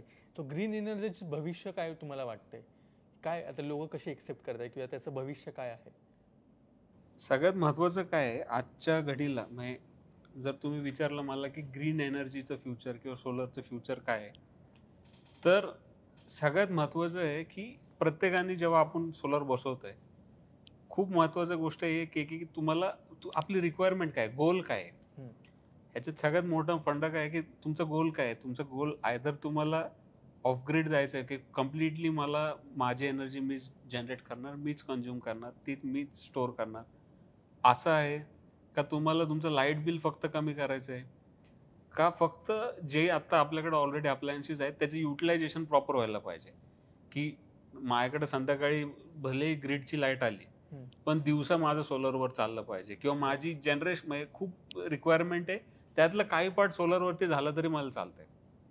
तसं जरी असेल ना तरी मग त्याच्यात जसं तुम्ही म्हणसाल की मला ही रिक्वायरमेंट आहे तसं त्याचं सोलरचं तुमचं प्लांट चेंज होतं, सिस्टीम चेंज होत राहते. जर आपल्याला वाटलं की बाबा कम्प्लिटली ऑफ ग्रीड जायचंय तर मग त्याच्यात सोलर येतं, तुमची बॅटरी येते, त्याला वेगळा इन्व्हर्टर येतो, त्याची सिस्टीमच अख्खी वेगळी होऊन जाते. जर तुम्हाला फक्त लाईट बिल कमी करायचं तर मग त्याच्या मागं नेट मीटरिंग येतं. मग नेट मीटरिंग आलं की आपण काय विचार करतो की हा सिंगल फेजचा मीटर आहे, 3 फेजचा मीटर आहे, त्याचं लोड सँक्शन किती आहे, आपल्याला कितीपर्यंतची एरिया अवेलेबल आहे जिथं आपण सोलर लावू शकतो, हे कन्सिडर होतं. आणि समजा असं असेल की बाबा डेचं जे माझं जनरेशन किंवा काय वापर जे आहे इलेक्ट्रिसिटीचा कन्झम्पशन जे आहे तेवढं फक्त सोलरने होणार असेल तर मग आपल्याला ऑन ग्रीड पण जायची गरज नाही. मग आपण त्याच्यावरती 0 एक्सपोर्ट डिव्हाइस लावतो, जी जेवढं दिवसा जनरेट होत आहे तेवढं जर आपल्याला कन्झम्पशन ऑलरेडी करता येत असेल तर मग एक्सपोर्ट काय होत नाही इलेक्ट्रिसिटी, की तुमच्या मीटरला कनेक्टेड नसते सिस्टीम, पण तुम्ही जेवढं जनरेट करताय ते युटिलाइज करताय. असं पण होतं. काही ठिकाणी आमच्याकडे आहेत तसे एक्झाम्पल जे. सो तर गव्हर्नमेंटच्या पॉलिसीज काय आहे सोलर पॅनल बसवण्याच्या सिस्टीमबद्दल, किंवा असं लोक म्हणतात की सबसिडी सुद्धा मिळते, सो लोक त्याच्यामुळे पण बसवतात, की काय आता गव्हर्नमेंट ह्याच्याबद्दल काय विचार करते सोलर इंडस्ट्रीबद्दल? गव्हर्नमेंटने ॲग्रेसिव्हली इनिशिएट घेतला आहे for solar energy installation. PM हर घर सौर योजनेच्या under MNRE ministry of new and renewable energy direct जी काही सबसिडी आहे ती कस्टमरच्या अकाउंटवर जावी अशा पद्धतीने प्रयत्न केलेले आहेत. तर याच्यात आहे ना बेसिक जे आपले रेसिडेन्शियल घर असतात तिथं रिक्वायरमेंट असते आपली 3 to 5 किलोवॅट, तर तिथं त्यांनी अप टू 3 किलोवॅट सबसिडी दिलेली आहे. म्हणजे जर तुम्ही 1 किलोवॅटची तुमची महिन्याचं गरज 100 युनिट आहे तर तुम्ही 1 किलोवॅटची सिस्टीम लावता त्याची कॉस्ट अप्रॉक्सिमेटली 50 ते 60 हजार रुपयाच्या आसपास जाते आणि त्याच्यात तुम्हाला 30,000 रुपयाची सबसिडी भेटते. तुमच्या घराची नीट 200 युनिटच्या आसपास आहे, तर तुम्हाला 2 किलोवॅटची गरज आहे. त्याची कॉस्ट अप्रॉक्सिमेटली 1,30,000 1,40,000च्या आसपास जाते आणि त्याच्यात तुम्हाला 60,000 रुपयाची सबसिडी भेटते. विदिन अ मंथ तुमच्या कस्टमरच्या क्रेडिट अकाउंटवर क्रेडिट होते ती. आणि जर तुम्ही 3 किलोवॅटची सिस्टीम लावताय तर तिसऱ्या किलोवॅटला 30,000 30,000 आणि 18,000 अशी टोटल 78,000 रुपयाची सबसिडी भेटते आणि टोटल प्रोजेक्ट कॉस्ट अप्रॉक्सिमेटली 2 लाखाच्या आसपास जाते 3 किलोवॅट. आणि त्याच्यातून तुम्हाला महिन्याला 300 युनिट ते 400 युनिट जनरेट होतात. त्याच्यातून तुम्ही तुमचं पूर्ण घर तुम्ही सोलराईज करू शकता किंवा इलेक्ट्रिफिकेशन करू शकता. याच्यात फक्त तुम्हाला एकच फिक्स चार्जेस, जे तुमच्या मीटरचं भाडं असतं त्याला आपण डिमांड चार्जेस किंवा फिक्स चार्जेस म्हणतो, जे की तुमच्या MSDCLच्या बिलामध्ये दिलेलं असतं, तेवढे फक्त तुम्हाला पेमेंट करावं लागतं. बाकी सगळं बिल झिरो होतं तुमचं. ओके, सो प्रत्येक इंडस्ट्रीमध्ये इन्व्हेस्ट करताना गव्हर्नमेंटला पण याचा काहीतरी फायदा होत असतो. तर सोलार इंडस्ट्रीमध्ये इन्व्हेस्ट करताना किंवा गव्हर्नमेंटला याचा फायदा काय आहे? सो गव्हर्नमेंट त्याच्याबद्दल काय विचार करते? सध्या इंडियामध्ये गव्हर्नमेंटने ऑलरेडी मोठे मोठे प्लांट सगळीकडे बसवलेले आहेत. त्यांच्याकडं जनरेशन भरपूर होत आहे, पण ग्रीड मॅनेज करायला आपल्याला युटिलायझेशन तिथलं तिथं होणं सगळ्यात इम्पॉर्टंट आहे. कारण ग्रीडमध्ये जर जास्ती पॉवर जनरेट झाली तरी प्रॉब्लेम आहे आणि कमी पॉवर जनरेट झाली तरी प्रॉब्लेम आहे. आजच्या घडीला काय होतं, खूप जर आपण ग्राउंड माउंटेड खूप सोलर बसवले, फॉर एक्झाम्पल राजस्थानमध्ये फक्त राजस्थानचा काही पार्ट जरी आपण कम्प्लिटली सोलर बसवला तरी ऑल इंडियाची आपली नीड रिक्वायरमेंट आपली फुलफिल होऊन जाणार त्याच्यात. पण ते शक्य नाही होणार. त्याचं कारण असं आहे की मग संध्याकाळचं जेव्हा सूर्य आपला मावळेल इंडियामध्ये, तर मग राजस्थानच्या भागामध्ये तर बाकीची एनर्जी कशी जनरेट होणार? तर त्यासाठी एनर्जी मिक्स असणं खूप गरजेचं आहे. तर त्यावेळेस गव्हर्नमेंटच्या हे लक्षात आलं की मोठे प्लांट बसून आपल्याला फक्त मोठे प्लांट बसून उपयोग नाही. प्रत्येक घरावरती छोटे छोटे प्लांट जर डिस्पर्स वेनी बसवले, डिस्ट्रीब्युटेड प्लांट्स जर बसवले आणि तिथलं तिथं जर कंझ्युम केली ती एनर्जी, तर त्यांच्या ग्रीडवरचा लोड कमी होईल. आणि त्यासाठी गव्हर्नमेंट ही PM हर घर सौर योजना हे त्यांनी त्यासाठी लॉन्च केलेली आहे. ओके, सगळे मगाशी आपल्या बोलण्यातून चर्चेत विषय निघाला की तुम्ही पुण्याबद्दल काहीतरी सांगत होतात की पुणे हे हिल स्टेशनच्या अंडर येतं, म्हणजे त्याच्यात चारी बाजूंनी डोंगर आहेत किंवा हिरवागार वारा आहे किंवा तिथे ऊन बऱ्यापैकी कमी पडतं. सो याचा आपल्याला काय फायदा होतोय? ॲक्च्युअल सोलारमध्ये 2 प्रकार असतात. म्हणजे एकदम बेसिक, म्हणजे आता मी गावाकडे गेलो सोलार बसवणार, त्यानंतर पाणी गरम भेटेल ना आम्हाला. तर 2 म्हणजे थोडेसे हे आहेत सोलारमध्ये. एक तर सोलार वॉटर हीटर आणि एक तर solar photovoltaic. Solar water heater हे पाणी गरम करण्याचं काम करतं आणि सोलार फोटोव्होल्टिक हे इलेक्ट्रिसिटी जनरेशनचं काम करतं. आता सूर्याकडून आपल्याला 2 प्रकारच्या एनर्जी पृथ्वीवर येतात. इन टर्म्स ऑफ सूर्यकिरण, म्हणजे सूर्याच्या रेजमधनं 2 प्रकारच्या एनर्जी पृथ्वीला आढळतात येऊन. तर त्यातली पहिली एनर्जी असती जी सूर्यकिरणांच्या स्वरूपात येते, that is the thermal energy from the sun. And the second energy असते की photon energy from the sun. ह्या 2 एनर्जी पृथ्वीवर येतात. तर जे सोलार वॉटर हीटर असतात हे सूर्याची थर्मल एनर्जी युटिलाइज करून पाणी गरम करतात आणि जे फोटोव्होल्टिक सोलर पॅनल्स आहेत हे सूर्याची फोटॉन एनर्जी युटिलाइज करून इलेक्ट्रिसिटी जनरेट करतात. याच्यात जर एकदम सोप्या भाषेत सांगायचं म्हटलं की आपली आजी म्हणते की बाबा कवळ्या उन्हात बसत जा सकाळी, तुला डी जीवनसत्व भेटेल. त्यात कवळं ऊन is the photon energy that utilize in the solar photovoltaic panel. आता याच्यात अपोजिट कसं आहे, जेवढं जास्त तीव्र प्रकाश म्हणजे जेवढी जास्त उष्णता तेवढं सोलार वॉटर हीटरची इफिशियन्सी वाढते आणि सोलार पॅनलची इफिशियन्सी डाऊन होते. आणि जेवढा नॉर्मल प्रकाश, त्याला स्टँडर्ड ऑपरेटिंग कंडिशन म्हणतो, जेवढा नॉर्मल प्रकाश तेवढं सोलार पॅनल जास्त पद्धतीने चालतं. म्हणजे सोलारची thermal energy solar water heater आणि सोलार रेज फोटॉन एनर्जी फोटॉनमध्ये म्हणजे सोलार पॅनल्समध्ये वापरली जाते. तर आपण जसं पुण्याच्या सराउंडेड आहोत, तर पॅनलचं टेम्परेचर जेवढं नॉर्मल राहील तेवढं तुमची सोलार पॅनलची इफिशियन्सी वाढते. आता पुण्याच्या सराउंडिंगमध्ये आपण जसं म्हणतोय की अरे हे तर हिल स्टेशन आहे, थोडंसं कमी जनरेट होतं, पण सगळ्यात हायेस्ट जनरेशन पुण्यामध्ये आहे. म्हणजे कारण थंड वातावरण असल्यामुळं पॅनल नॉर्मल टेम्परेचरच्या वर नाही जात. पॅनलचं नॉर्मल टेम्परेचर स्टँडर्ड टेस्ट कंडिशनला 45 to 50 डिग्री सेंटीग्रेडला च्या वर गेल्यानंतर पॅनलची इफिशियन्सी डाऊन व्हायला सुरुवात होती. पण पुणे थोडंसं थंड ठिकाण असल्यामुळं इथे पॅनलचं जनरेशन स्टँडर्डाईज होतं. म्हणजे नागपूरपेक्षा पुण्यात जास्त जनरेशन होतं प्रॅक्टिकली. भारताची सराउंडिंग अशी आहे की आपल्याकडे एवढी सौर ऊर्जा म्हणजे प्रोड्यूस होऊ शकते की आपण जगाला ती एनर्जी एक्सपोर्ट करू शकतो. याच्याबद्दल तुमचा काय अभ्यास आहे सर? सध्याच्या घडीला सुरुवातीला जेव्हा आम्ही चालू केलं तर आणि ज्यावेळेस गव्हर्नमेंटचं पण जेव्हा लक्षात आलं की आपल्याकडं सोलर लाईट ही भरपूर आहे, म्हणजे वर्षातले जवळपास 320 डेज इंडियामध्ये सोलर आणि लाईट त्याची पडते, तर ते एक्सेस असल्यामुळं इंडियानी ठरवलं की चला आपण सोलर पॅनलकडे जास्ती इन्व्हेस्टमेंट करू आणि ह्याच्यामध्ये जास्तीत जास्त एनर्जी डेव्हलप करू. तर आजच्या घडीला असं होतं की दिवसेंदिवस इंडियाची एनर्जी डिमांड इतकी वाढत चालली आहे की जसं जसं आपण सोलर प्लांट्स बसवत चाललोय तसं तसं ते एनर्जी डिमांड पण कॅचअप करते की आपण जेवढं बसवलं आतापर्यंत ते सगळे युटिलाइज होते. तर जे प्लॅन जे इंडियाचा होता की जास्तीत जास्त बसून आपण एक्सपोर्ट करू, तर आत्ताच्या घडीला सगळ्यात जास्त कन्झ्युमच होत आहे. मग अजून पण आपल्याला त्या लेवलला पोचायला फार वेळ लागेल, पण आत्ताच्या घडीला जर आपण बघितलं तर मॅक्सिमम जेवढं बसवता येईल सोलर तेवढं मला असं वाटतं की इंडियामध्ये जास्ती कन्झ्युम होईल एनर्जी. ही इतकी हाय डिमांड आहे की दिवसेंदिवस EVs वाढतात आहे. प्रत्येकाच्या घरामध्ये समजा पहिले लाईट होती फक्त, मग नंतर TV आले, फ्रीज आले, त्याच्यानंतर आता AC आले, आता इंडियाची पॉप्युलेशन पण वाढते. मग अशा सगळ्या गोष्टी जर बघितल्या एनर्जी कन्झम्पशन पण वाढते. तर जेवढं जास्त बसवत जाऊ तर मला असं वाटतं की ओव्हरऑल पुढच्या 5 ते 10 वर्षात जेवढं एनर्जी जरी जनरेशन वाढलं आपल्याकडे इंडियामध्ये तरी ते इंडियामध्येच कन्झ्युम होईल. एक्सपोर्टचे चान्सेस मला तर नाही वाटत आता लगेच काय नियर फ्युचरमध्ये आहे. पुणे युनिव्हर्सिटी किंवा पुणे मेट्रोला आपण सोलार बसवलेत, त्याच्याबद्दलचे चॅलेंजेस मला ऐकायचे आहेत किंवा पुणे युनिव्हर्सिटीची काहीतरी स्टोरी आहे की तुम्हाला ते हे देताना टेंडर देताना खूप सारे प्रश्न उत्तरे झाले, तिकडचं एक डिपार्टमेंट होतं, तर ती काय स्टोरी आहे सर? आता आम्ही म्हणजे पुणे युनिव्हर्सिटी असू दे, पुणे मेट्रो असू दे, JNPT असू दे, यासारखे प्रोजेक्ट सक्सेसफुली एक्झिक्यूट करून हँडओव्हर केलेले आहेत.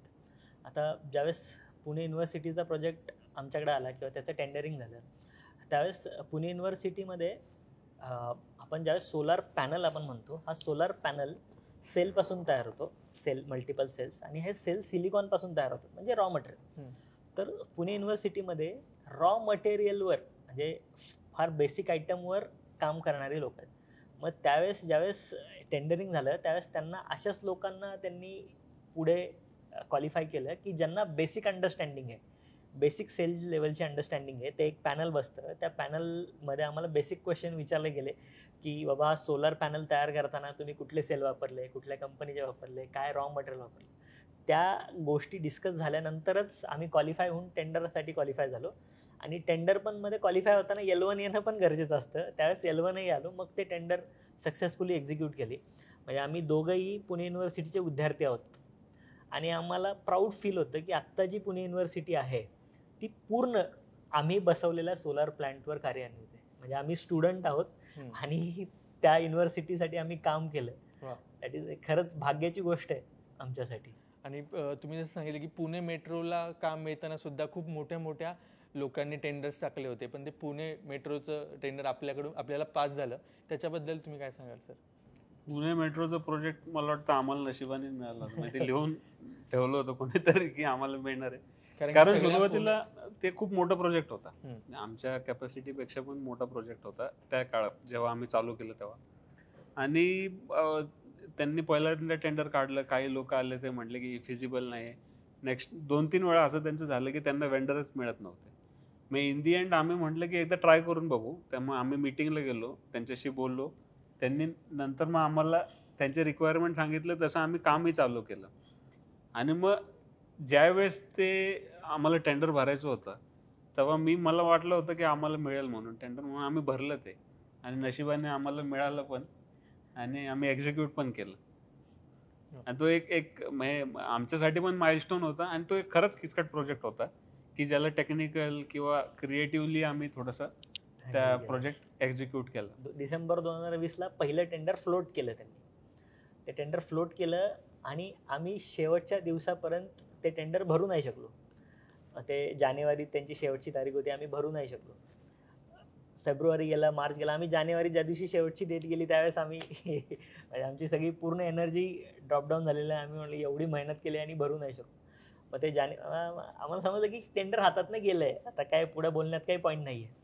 फेब्रुवारी गेला, मार्च गेला, एप्रिल गेला. एप्रिलला आम्हाला न्यूज समजली की अरे परत टेंडर रिओपन झालं, इंटरनल काही त्यांच्या गोष्टी झाल्या असतील, त्यामुळे परत रिटेंडर झालं.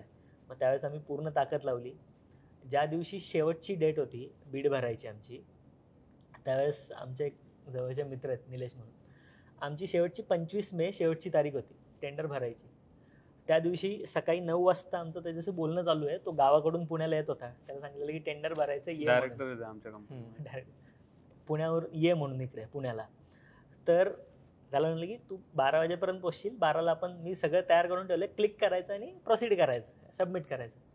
तर सकाळी 9 वाजता त्याचा फोन आलाय की त्याचा भयंकर ॲक्सिडेंट झाला. त्या दिवशी मला म्हणजे जसं फोनवर न्यूज ऐकली, मला खुर्चीवरून उभाही राहता येत नव्हतं, एवढ्या पायात मुंग्या आल्या. ती शॉकिंग न्यूज होती आमच्यासाठी. आमच्या कविता मॅडम म्हणून आहेत, त्यांनी ते पूर्ण टेंडर एक्झिक्यूट केलं. नंतर मी लगेच निघून गेलो, ते टेंडर एक्झिक्यूट झालं. आम्ही मग 2 महिने वाट बघितल्यानंतर ज्यावेळेस म्हणजे 2 महिने वाट बघितली आम्ही, टेंडर ओपनच होत नव्हतं. मग आम्ही कुठल्या तरी टूरवर बाहेर होतो आणि ज्या दिवशी पुण्यातून बाहेर पडलो त्याच दिवशी त्यांचा फोन आला की उद्या टेंडर ओपनिंग आहे, या.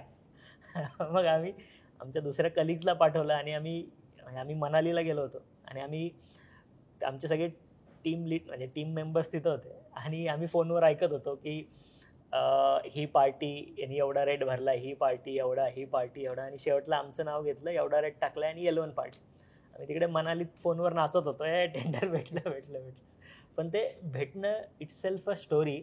पण त्याच्यानंतर एक्झिक्युशनला भयंकर प्रॉब्लेम्स आले, म्हणजे की कारण मेट्रो पूर्ण कम्प्लिशन नव्हतं आणि अशा काळात प्रोजेक्ट एक्झिक्यूट करणं. आणि आमचे जे इन्व्हेस्टर होते म्हणजे प्रताप सरांसारखे लोक, त्यांनी त्या प्रोजेक्टसाठी इन्व्हेस्टमेंट केली, तेवढे गट्स दाखवले, त्यामुळे तो प्रोजेक्ट सर्वाईव्ह झाला आमचा. पुणे मेट्रो एक किचकट प्रोजेक्ट आहे कम्प्लीट, की ते ऑलरेडी डिलेड चाललं होतं. आणि जर लक्षात आलं तर पुणे मेट्रोचं प्रोजेक्ट करताना आता युजली काय होतं की कुठलंही प्रोडक्शन सायकल बसवताना तुमचं प्रोडक्ट सेम असलं पाहिजे, म्हणजे तुम्हाला जास्त वेळ रिपीट करताना फास्ट रिपीट करता येतं. पण पुणे मेट्रो हा असा प्रोजेक्ट आहे की प्रत्येक स्टेशन युनिक आहे. तर त्या युनिकनेसमुळे काय व्हायचं की प्रत्येक स्टेशनला तुम्हाला झिरोपासून काम करायला लागायचं. डिझायनिंगपासून मग प्रोक्युअरमेंट केलेलं मटेरियल तुम्हाला कसं तिथं बसवता येईल, टीम्स कशा वरती जातील, या गोष्टीचा अभ्यास करत मग त्यामुळे प्रत्येक स्टेशन आम्हाला एक नवीन एक्सपिरियन्स होता. प्रत्येक स्टेशनमध्ये काहीतरी नवीन असायचं की कुठलं पाण्याची टाकी कुठेतरी दुसरीकडेच असायची किंवा लाईन्स कुठून तरी दुसरीकडूनच गेलेल्या असायच्या. मग त्याप्रमाणे आपल्याला ऍडजस्ट करणं, आणि ते कमी टाइम फ्रेममध्ये ऑलरेडी डिलेड प्रोजेक्ट आहे आणि आपल्यामुळे त्यांना अजून अडचण नको यायला. तर आम्ही मॅक्सिमम आपली टीम कसं जास्ती त्याच्यावरती डिझायनिंगमध्ये फोकस करू शकू, किंवा मग एक्झिक्युशन करताना काही अडचणी आल्या की समजा क्रेननी वरती मटेरियल पोहोचवायचंय तर ट्रॅफिकचा टाइम आहे, रात्री पोहोचवायचंय, मग रात्री पण आमच्या टीम्स वरती असताना काही मिशॅप नाही व्हायला पाहिजे. त्याची पण काहीतरी स्टोरी आहे की तुम्ही बऱ्यापैकी सोलार की रात्रीचेच कामं केलेत, तो पण अंधारात, आणि ती पण एकदम सेफ्टी घेऊन केली, अशी काहीतरी स्टोरी आहे. म्हणजे आता ज्यावेळेस आम्ही सुरुवात केली एक्झिक्यूट करायला, त्यावेळेस मेट्रोचं इनॉग्रेशन झालं आणि मेट्रोच्या लाईन चालू झाल्या. त्यावेळेस आमचे 2च स्टेशन एक्झिक्यूट झालेले, 80% काम पेंडिंग होतं. आणि मेट्रोचे रूफ असे आहेत की प्रत्येक रूफचं डिझाईन वेगळं आहे, म्हणजे आयडेंटिकल कुठले स्टेशन नाही आहेत. प्रत्येक म्हणजे युनिकनेस आणण्यासाठी काही ठिकाणी पगडी आहेत, काही ठिकाणी त्यांनी कल्चरल दाखवलेलं आहे, त्याचे रूफ वेगळे आहेत, तिथे शॅडो अनालिसिस वेगळे आहेत. तर मेट्रो ज्या लाईनला धरून चालती that is 11 kV line, which is the hot line. आणि आम्हाला त्याच्या वर काम करायचं असतं, म्हणजे आणि तिथून जर वरून काहीतरी त्या लाईनवर पडलं तर ती लाईन स्टकअप होते आणि मेट्रो जागेवर थांबते. तर ते मिसहॅपनिंग होऊ नये म्हणून आम्हाला रात्री 10 नंतर परमिशन द्यायचे, ते सकाळी 5 वाजेपर्यंत परमिशन चालायची. उन्हाळा असू दे, पावसाळा असू दे, हिवाळा असू दे. हिवाळ्यात तर स्टिकी होतं, म्हणजे स्लिपरी होतं सगळं रूफ धुक्यामुळं. तर त्या याच्यात सगळे इन्स्टॉलेशन झालेले आहेत. रूफ डिझाईन कंडिशन्स वेगळ्या होत्या. पावसाळ्यात तर 2 तास पाऊस थांबला की मग काम करायचो, परत खाली यायचो, परत पाऊस सुरू झाला की बंद झाला की परत वर, परत खाली. त्या हॉटलाईनच्या वर काम करणं इट्स अ रिस्की. आणि याच्यातून सगळा प्रोजेक्ट बाहेर निघून म्हणजे आम्ही अप्रॉक्सिमेटली 20 लाख तास पूर्ण मेट्रोवर काम केलं आमच्या सगळ्या टीमनी. 20 लाख तास मॅन पॉवर आवर, ह्या 20 लाख तासामध्ये एकही स्क्रॅच, एकही ॲक्सिडेंट, एकही डेथ ह्या प्रोजेक्टमध्ये झालेली नाही आहे. त्यासाठी मेट्रोने आम्हाला सर्टिफिकेशन पण दिलं आणि आमचे आभारी म्हणजे या सगळ्यामध्ये सगळ्यात हायेस्ट रिस्क असलेलं काम सोलर इन्स्टॉलेशन होतं सगळ्या मेट्रो स्टेशनमध्ये. आणि ते आम्ही विदाऊट एनी मिसहॅपनिंग कम्प्लीट करून हँडओव्हर केलं मेट्रोला. मेट्रो आत्ता म्हणजे रिसेंटली मेट्रोनी अप्रॉक्सिमेटली 1.2 करोड युनिट्स सोलारमधून जनरेट केलेत. आणि मेट्रोचं या प्रोजेक्ट्समधून मल्टिपल करोड्स सेव्हिंग झालेलं आहे. आतापर्यंत किती मेट्रो स्टेशनला तुम्ही लावले पुणे मेट्रोला? 10 मेट्रो स्टेशन कम्प्लीट आणि 2 डेपो कम्प्लीट झालेले आणि उरलेले 14 मेट्रो स्टेशनवर आमचं काम चालू आहे आता. आम्ही तसे मल्टिपल माइलस्टोन आम्ही हे करत गेलोय.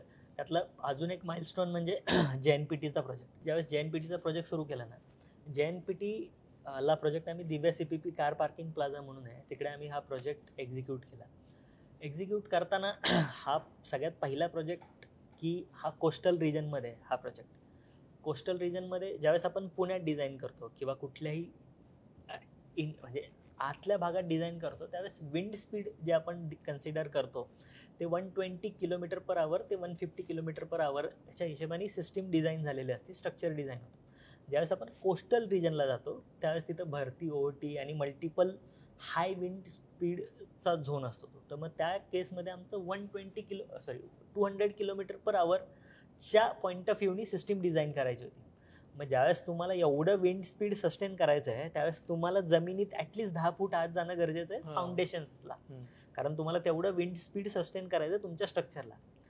आम्ही म्हटलं की ठीक आहे, त्या पद्धतीने आम्ही डिझाईन केलं की ॲक्च्युअल एक्झिक्युशन चालू केलं. एक्झिक्युशन चालू झाल्यावर आम्हाला समजलं की तुम्ही 10 फूट आत जाऊच शकत नाही, कारण 3 फुटाला पाणी आहे.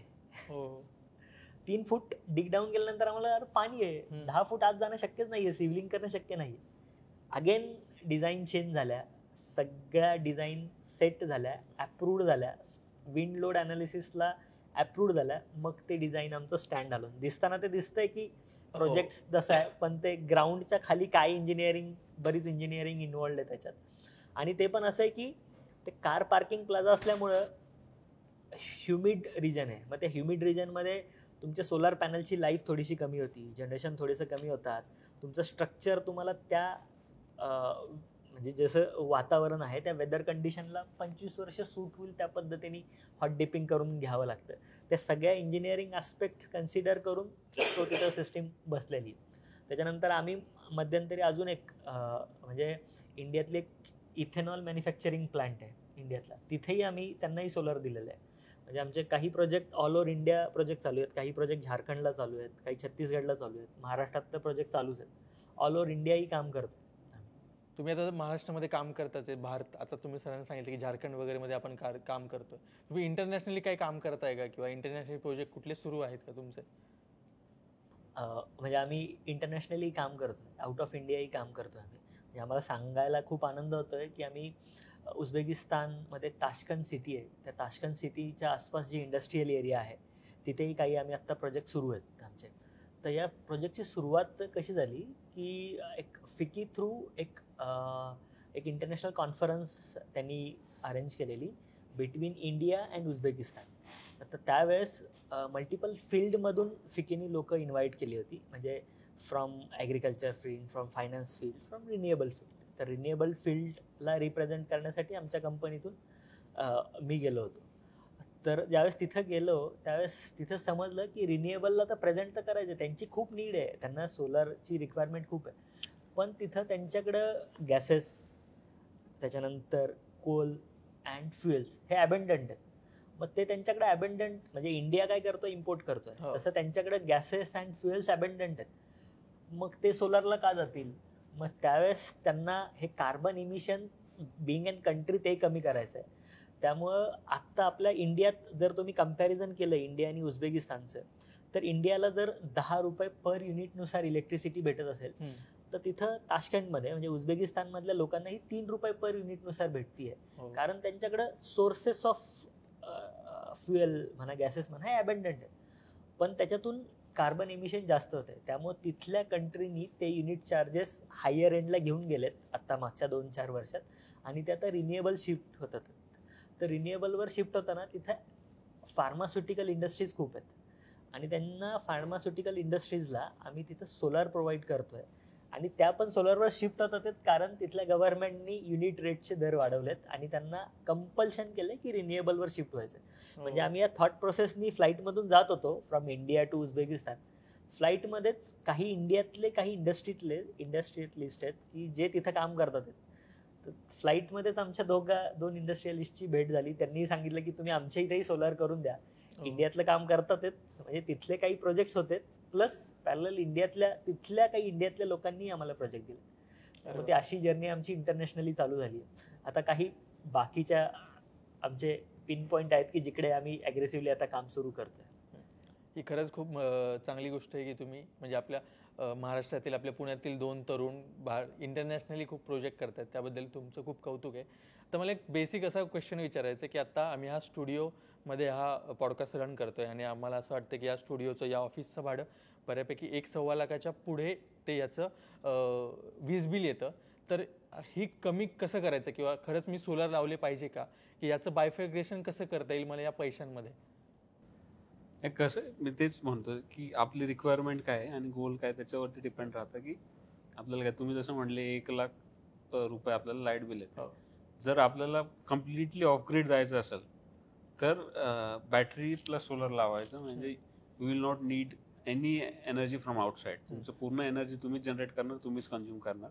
सेकंड ऑप्शन असं आहे की नेट मीटरिंग करता येतं की डिरेक्टली आपण ग्रीडला कनेक्ट होतो आणि जेवढी एनर्जी आपल्याला लागते आपण कन्झ्युम करतो, एक्सेस आपण ग्रीडला सप्लाय करतो. ती बँक होती तिथं. म्हणजे आपलं प्रीपेड कार्ड सारखं आहे की आपण तिथं जसं पैसे ठेवतो आणि जसं टॉक टाईम आपलं आपण वापरतो तसं ते पैसे कट होतात. तसं आपलं एक्सेस इलेक्ट्रिसिटी MSEB कडं जनरेट झालेली त्यांच्याकडे स्टोअर होती. स्टोअर नाही होत म्हणजे ती युटिलाइज करतात, मग नंतर आपण त्यांच्याकडून परत कन्झ्युम करून वापरून घेतो. तर ती मायनस होत जाते जसं आपण वापरतो तसं. आणि थर्ड ऑप्शन असं आहे की मी झिरो एक्सपोर्ट डिव्हाइस लावायचं.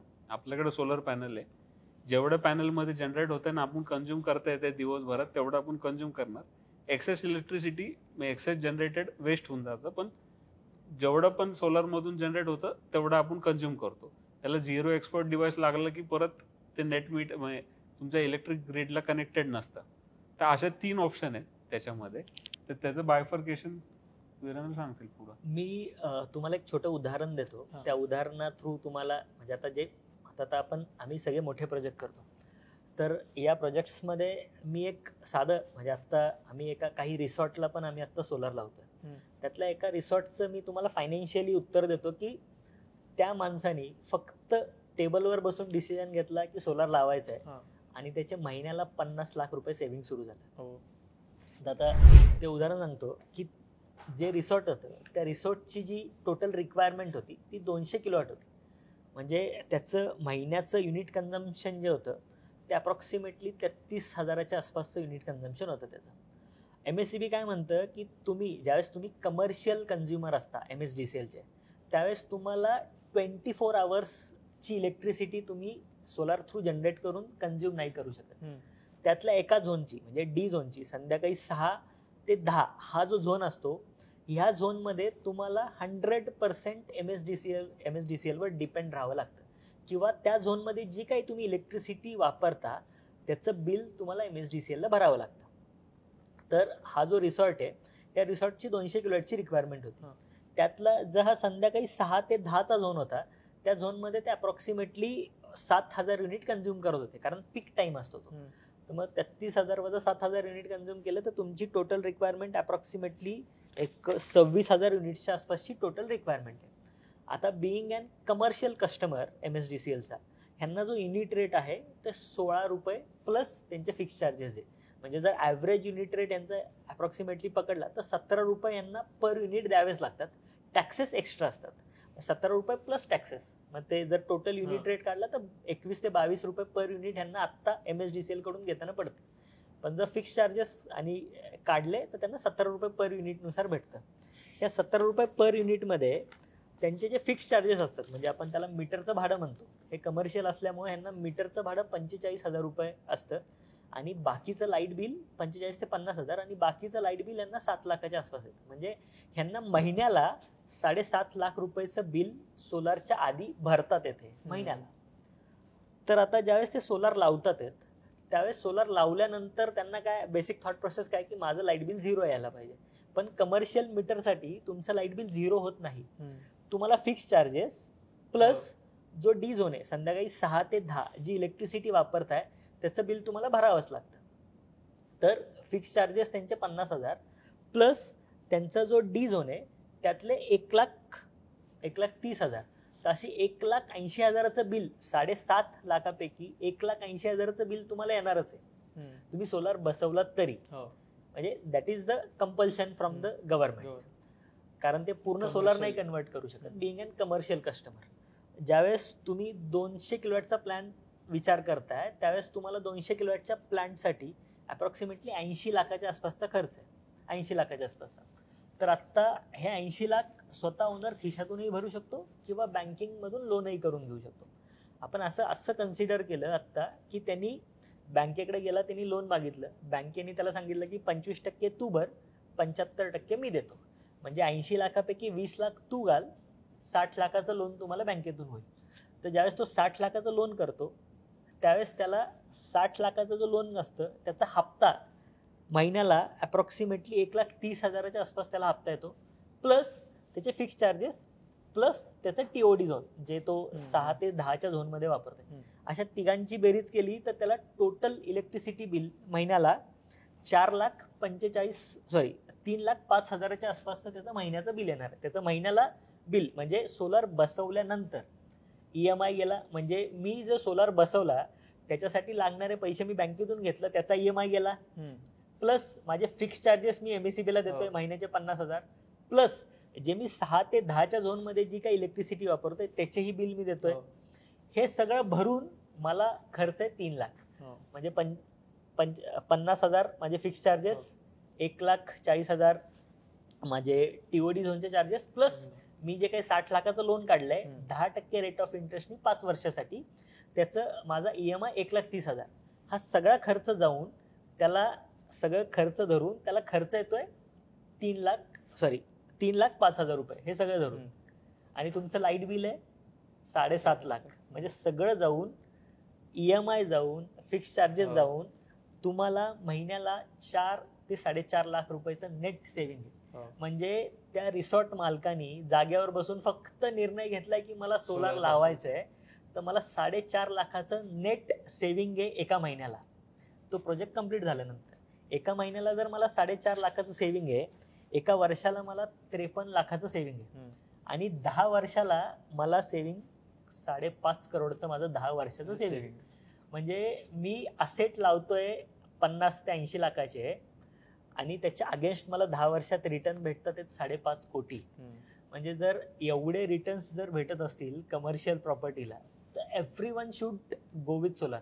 म्हणजे सोलार लावणं कमर्शियल लोकांसाठी सोलार लावणं हा ब्रेनलेस काम आहे. म्हणजे जसे प्रताप सर सांगतात आमचे की डोकंच नाही लावायचं, त्यांनी फक्त चांगला वेंडर सिलेक्ट करायचा आहे की जो ह्या सगळ्या प्रोसिजर्स प्रॉपरली एक्झिक्यूट करेल, जेणेकरून त्याला महिन्याचं सेव्हिंग. म्हणजे तुम्ही विचार करा की हे फक्त कागदावर आपण कॅल्क्युलेशन करतोय की माझं 7.5 लाखाचं बिल आहे, 3 लाख माझे महिन्याला असेच जाणार आहेत, सगळं जाऊन मला 4.5 लाखाचं सेव्हिंग आहे. म्हणजे खरंच खूप फायदेशीर आहे. याच्यात अजून ॲडिशनल ज्यावेळेस तुम्ही सोलार लावता, मी आता 1 कोटीचं सोलार लावलं तर गव्हर्नमेंट ऑफ म्हणजे आपल्या फायनान्स डिपार्टमेंटकडून तुम्हाला 40% डिप्रिशिएशन आहे. म्हणजे आता रिसॉर्ट फॉर एक्झाम्पल ते जे रिसॉर्ट आहे त्यांचा वर्षाचा टर्नओव्हर 20 करोडच्या आसपास आहे. तर 20 करोडच्या आसपास त्यांच्या प्रॉफिटेबिलिटी काही निघत असतील 2 कोटी 4 कोटी, तर 1 कोटीच्या अगेन्स्ट तुम्हाला 40 लाखाचं इन्कम टॅक्स रिबीट आहे डिप्रिशिएशन पहिल्या वर्षी, दुसऱ्या वर्षी 40%, तिसऱ्या वर्षी 20%. म्हणजे तुम्ही जेवढे पैसे लावताय तेवढं टॅक्स बेनिफिट घेताय, प्लस तुम्हाला वर्षाला 50 लाखाचं सेव्हिंग आहे. त्यामुळे तुमचा जो प्लॅन्ट आहे, तुम्ही जे काही पैसे लावताय त्याचा रिटर्न ऑन इन्व्हेस्टमेंट जर कॅल्क्युलेशन थ्रू गेलो आपण, फक्त जेवढे लावले आणि जेवढे आले फक्त टॅक्सेस सोडले, तर तुम्हाला 1.5 वर्षात तुमचं रिटर्न ऑन इन्व्हेस्टमेंट आहे. प्रोजेक्टची लाईफ 25 वर्ष आहे. आणि जर तुम्ही टॅक्सेस जर कन्सिडर केले तर 2 ते 3 महिन्यात तुमचे रिटर्न ऑन इन्व्हेस्टमेंट आहे. त्यामुळे जे काही कमर्शियल कस्टमर आहेत त्यांनी 100% सोलारवर जायला, म्हणजे त्यांच्याकडे जागाही नसेल, जेवढी जागा आहे तेवढ्याला सोलारला जाणं मस्ट आहे. It's a brainless work. हे एवढं सेफ आहे म्हणजे आम्ही पेट्रोल पंपवरती पण बसवलंय. If you imagine, petrol pump तर इतकं हजार्डस आणि एवढं सेफ्टी पाळायला लागते, पण त्याच्यावरती सोलर बसवून ते पण त्याचं रिटर्न्स पण 1.5 वर्षानंतर प्रोजेक्ट फ्री होतात आहे. एवढं सेफ आहे आणि इतक्या फास्ट प्रोजेक्टच्या कॉस्ट रिटर्न येत आहे. हे मी एवढं फास्ट कुठं दुसऱ्या प्रोजेक्ट मध्ये नाही मिळायचं. आता आम्ही रिसेंटली हे ज्यावेळेस पेट्रोल पंप करत होतो ना, आम्ही BPCL आणि HPCL चे ऑथोराइज वेंडर आहे फॉर सोलार. म्हणजे ज्यावेळेस आम्ही ह्या टेक्नॉलॉजिकली BPCL आणि HPCL च्या अधिकाऱ्यांना सांगितलं की, कारण त्यांना पहिल्यांदा हीच भीती असते की सोलार लावला आणि स्पार्क झाला तर माझा पेट्रोल पंपच उडाला, कारण इट्स अ व्हेरी हजार्डस. तर त्यावेळेस ज्यावेळेस आम्ही पहिलं प्रेझेंटेशन झालं त्यावेळेस त्यांना आम्ही सेफ्टी रूल सांगितले की आम्ही प्रोझ्युमर सोलार काय सेफ्टी कन्सिडर करून सोलार इन्स्टॉलेशन करताय. सगळ्यात पहिली सेफ्टी की तुमच्या पत्रावर ज्या सोलार बसवतोय त्या रूफवर तिथे लीक प्रूफ स्ट्रक्चर बसवतोय पहिली. दुसरी, जिथं स्पार्क होण्याचे चान्सेस आहेत, म्हणजे जिथे आपण पॅनल टू पॅनल कनेक्टरने कनेक्ट करतोय, जिकडे स्पार्क व्हायचे चान्सेस आहेत ते कनेक्टर आम्ही फार स्टँडर्ड क्वालिटीचे वापरतोय आणि त्याच्यावर अगेन एक सेपरेट कोटिंग आहे ती कोटिंग करतोय, त्यामुळे तुमचे स्पार्क व्हायचे चान्सेस दूर आहेत. प्लस जर तुमचा एखादा स्पार्क झाला तर तो तिथून नेक्स्ट फायर कॅच करत नाहीये, तो पुढच्या पॅनलला डिस्टर्ब नाही करत आहे. अशा पद्धतीने सोलर पॅनल बसवते. त्यांनी आम्हाला सांगितलं की हे स्टँडर्ड प्रेझेंटेशन आमच्या सगळ्या पेट्रोल पंपवाल्यांना द्या, तुम्ही ऑथोराइज डिस्ट्रीब्युटर म्हणून या आणि सगळे पंप तुम्ही याच पद्धतीने इम्प्लिमेंटेशन त्यांनी all over Maharashtra, all over India त्यांनी सुरू केलं. किंवा आता सामान्य माणूस MSCB कडून पण वीज घेतोय आणि एखाद्याने सोलार बसवलं तर तिथून पण तो वीज प्रोड्यूस करतोय. तर या दोघांमध्ये नक्की पैशाचा फरक किती येतो किंवा युनिटचा फरक किती येतो? याचा फार मोठा डिफरन्स आहे. ज्यावेळेस तुम्ही MSDCL कडून सोलार घेता त्यावेळेस तुम्हाला पर युनिट कॉस्ट जी येते ती basic cost he ₹8 plus taxes for residential, for industrial ₹9 plus taxes, for commercial ₹15 plus taxes. म्हणजे तुम्ही कुठल्याही स्वरूपात MSDCL कडून लाईट घेताय, रेसिडेन्शियल, कमर्शियल, इंडस्ट्रियल, तर तुम्हाला हा रेट अप्रॉक्सिमेटली ॲव्हरेज रेट ₹12 तर आहेच आहे, बेअर मिनिमम एका युनिटचा रेट. म्हणजे जर तुम्ही दिवसाला 100 युनिट वापरताय तर अप्रॉक्सिमेटली ₹100 गुणिले ₹12, तेवढा तुम्हाला वीज येणारच आहे दिवसाचा. हेच जर तुम्ही सोलार लावलं तर तुम्हाला सोलारचा खर्च, कारण सोलारची लाईफ 25 वर्ष आहे, तर तुम्हाला सोलार लावल्यानंतर जी इलेक्ट्रिसिटी भेटती त्या इलेक्ट्रिसिटी पर युनिटचा रेट ₹1.5 ते ₹2 दरम्यान असतो. तर इट्स मोर दॅन 80% सेव्हिंग. एवढी स्वस्त इलेक्ट्रिसिटी तुम्हाला तुमच्या रूफवर सोलार लावून जी काही इलेक्ट्रिसिटी जनरेट करता, हा 70 to 80% सेव्हिंग आहे. प्लस तुम्ही कार्बन एमिशन सेव्ह करताय, तुम्ही तुमच्या कंट्रीसाठी काहीतरी गिव्ह बॅक देताय आणि तुम्ही कोणावर डिपेंडेंट नाही. ते पण एक इंडिपेंडन्स असण्याचं एक फ्रीडम असण्याचं एक हे. किंवा आता प्रत्येक 10 कंपनीमध्ये एक सोलार कंपनी येते आणि ती सोलार लावून जाते, किंवा आता गावागावात पण आपल्याला छोटे छोटे मोठे सोलार पॅनल दिसतात लावलेले. सो प्रोझ्युमर सोलार इथे काय हायलाइट करते की यांची क्वालिटी काय आहे प्रोझ्युमर सोलारची? आता प्रोझ्युमर सोलारचा की पॉइंट हाच आहे की प्रोझ्युमर सोलार काय आहे की सोलार सिस्टीम ज्यावेळेस आपण म्हणतो तर सोलार सिस्टीममध्ये सोलार सिस्टीमचा ब्रेन हा सोलार इन्व्हर्टर आहे, सोलार सिस्टीमचा हार्ट हे सोलार पॅनल आहे. तर if you select heart and brain of the system wisely तर तुमच्या सिस्टीमची लाईफ बेअर मिनिमम 25 वर्ष आहेच आहे. आता या सगळ्यामध्ये मार्केटमध्ये हेच समजणं गरजेचं आहे की मी ज्यावेळेस heart of the system purchase करतोय, सोलार पॅनल परचेस करतोय, त्यावेळेस सोलार पॅनलमध्ये क्लास येतात, क्लास 1, क्लास 2, क्लास 3 किंवा A1 class, B class, C class असेही मॉडेल येतात. हे मॅन्युफॅक्चरिंग लेवलला डिफाईन झालेले असतात की हा जो पॅनल आहे हा या क्लासचा आहे, हा पॅनल आहे हे A क्लासचा आहे किंवा B क्लासचा आहे. काय होतं, ज्यावेळेस सोलार पॅनल तयार होतात ना, सोलार पॅनल ज्यावेळेस तयार होतात त्यावेळेस तिथे एकदम केसापेक्षा पातळ सेल वापरले जातात, सोलार सेल. हे सोलार सेल तुम्ही असेंबल करता वरून आणि खालून बॅकशीट किंवा सोलार ग्लासनी. जे तुम्ही सोलार पॅनल दिसतात तो ग्लास असतो वरून, तर वरून आणि खालूनच्या ग्लासमध्ये तो सँडविच केला जातो आणि सोलार पॅनल तयार होतो. हे सेल इतके थिन असतात की जे आपण हातात धरले आणि असे हलवले तरी तुटतात. तर multiple times manufacturing defects solar panel manufacture करताना किंवा हे सँडविच करताना काही सेल्स थर्मली किंवा इंटरनली क्रॅक झालेले असतात. हे सेल्स ज्यावेळेस इंटरनली क्रॅक होतात त्यावेळेस तिथं हीट जनरेशन जास्त होतं आणि एका सेलपासून पुढच्या सेलला एनर्जी पास नाही होत. मग हे सेल नाव ह्या पॅनलचे डिग्रेडेशन रेट वाढत जातं. म्हणजे ज्यावेळेस आपण स्टँडर्ड सोलार पॅनल प्रोक्यूर करतो, ज्यावेळेस आपण म्हणतो की माझा सोलार पॅनल 25 वर्ष लाईफ आहे, तर ह्या सोलार पॅनलला 25 वर्ष लाईफ असताना ह्याला प्रत्येक वर्षाला काही % डिग्रेडेशन पण आहे. ओके. तर सोलार पॅनलमध्ये प्रकार आहेत की काही मोनोक्रिस्टलाइन आहेत, काही पॉलिक्रिस्टलाइन आहेत, काही थिन फिल्म आहेत, काही टॉपकॉन आहेत. तर या सगळ्यामध्ये quality wise differentiation wise degradation rate considered आहे. म्हणजे जे पॉलिक्रिस्टलाइन मॉड्यूल आहेत हे 1 to 1.5% डिग्रेड होतात. जे मोनोक्रिस्टलाइन पॅनल आहेत मोनोपर्क ते 1% आसपास डिग्रेड होतात आणि जे टॉपकॉन मॉड्यूल आहेत हे 0.3% डिग्रेड होतात.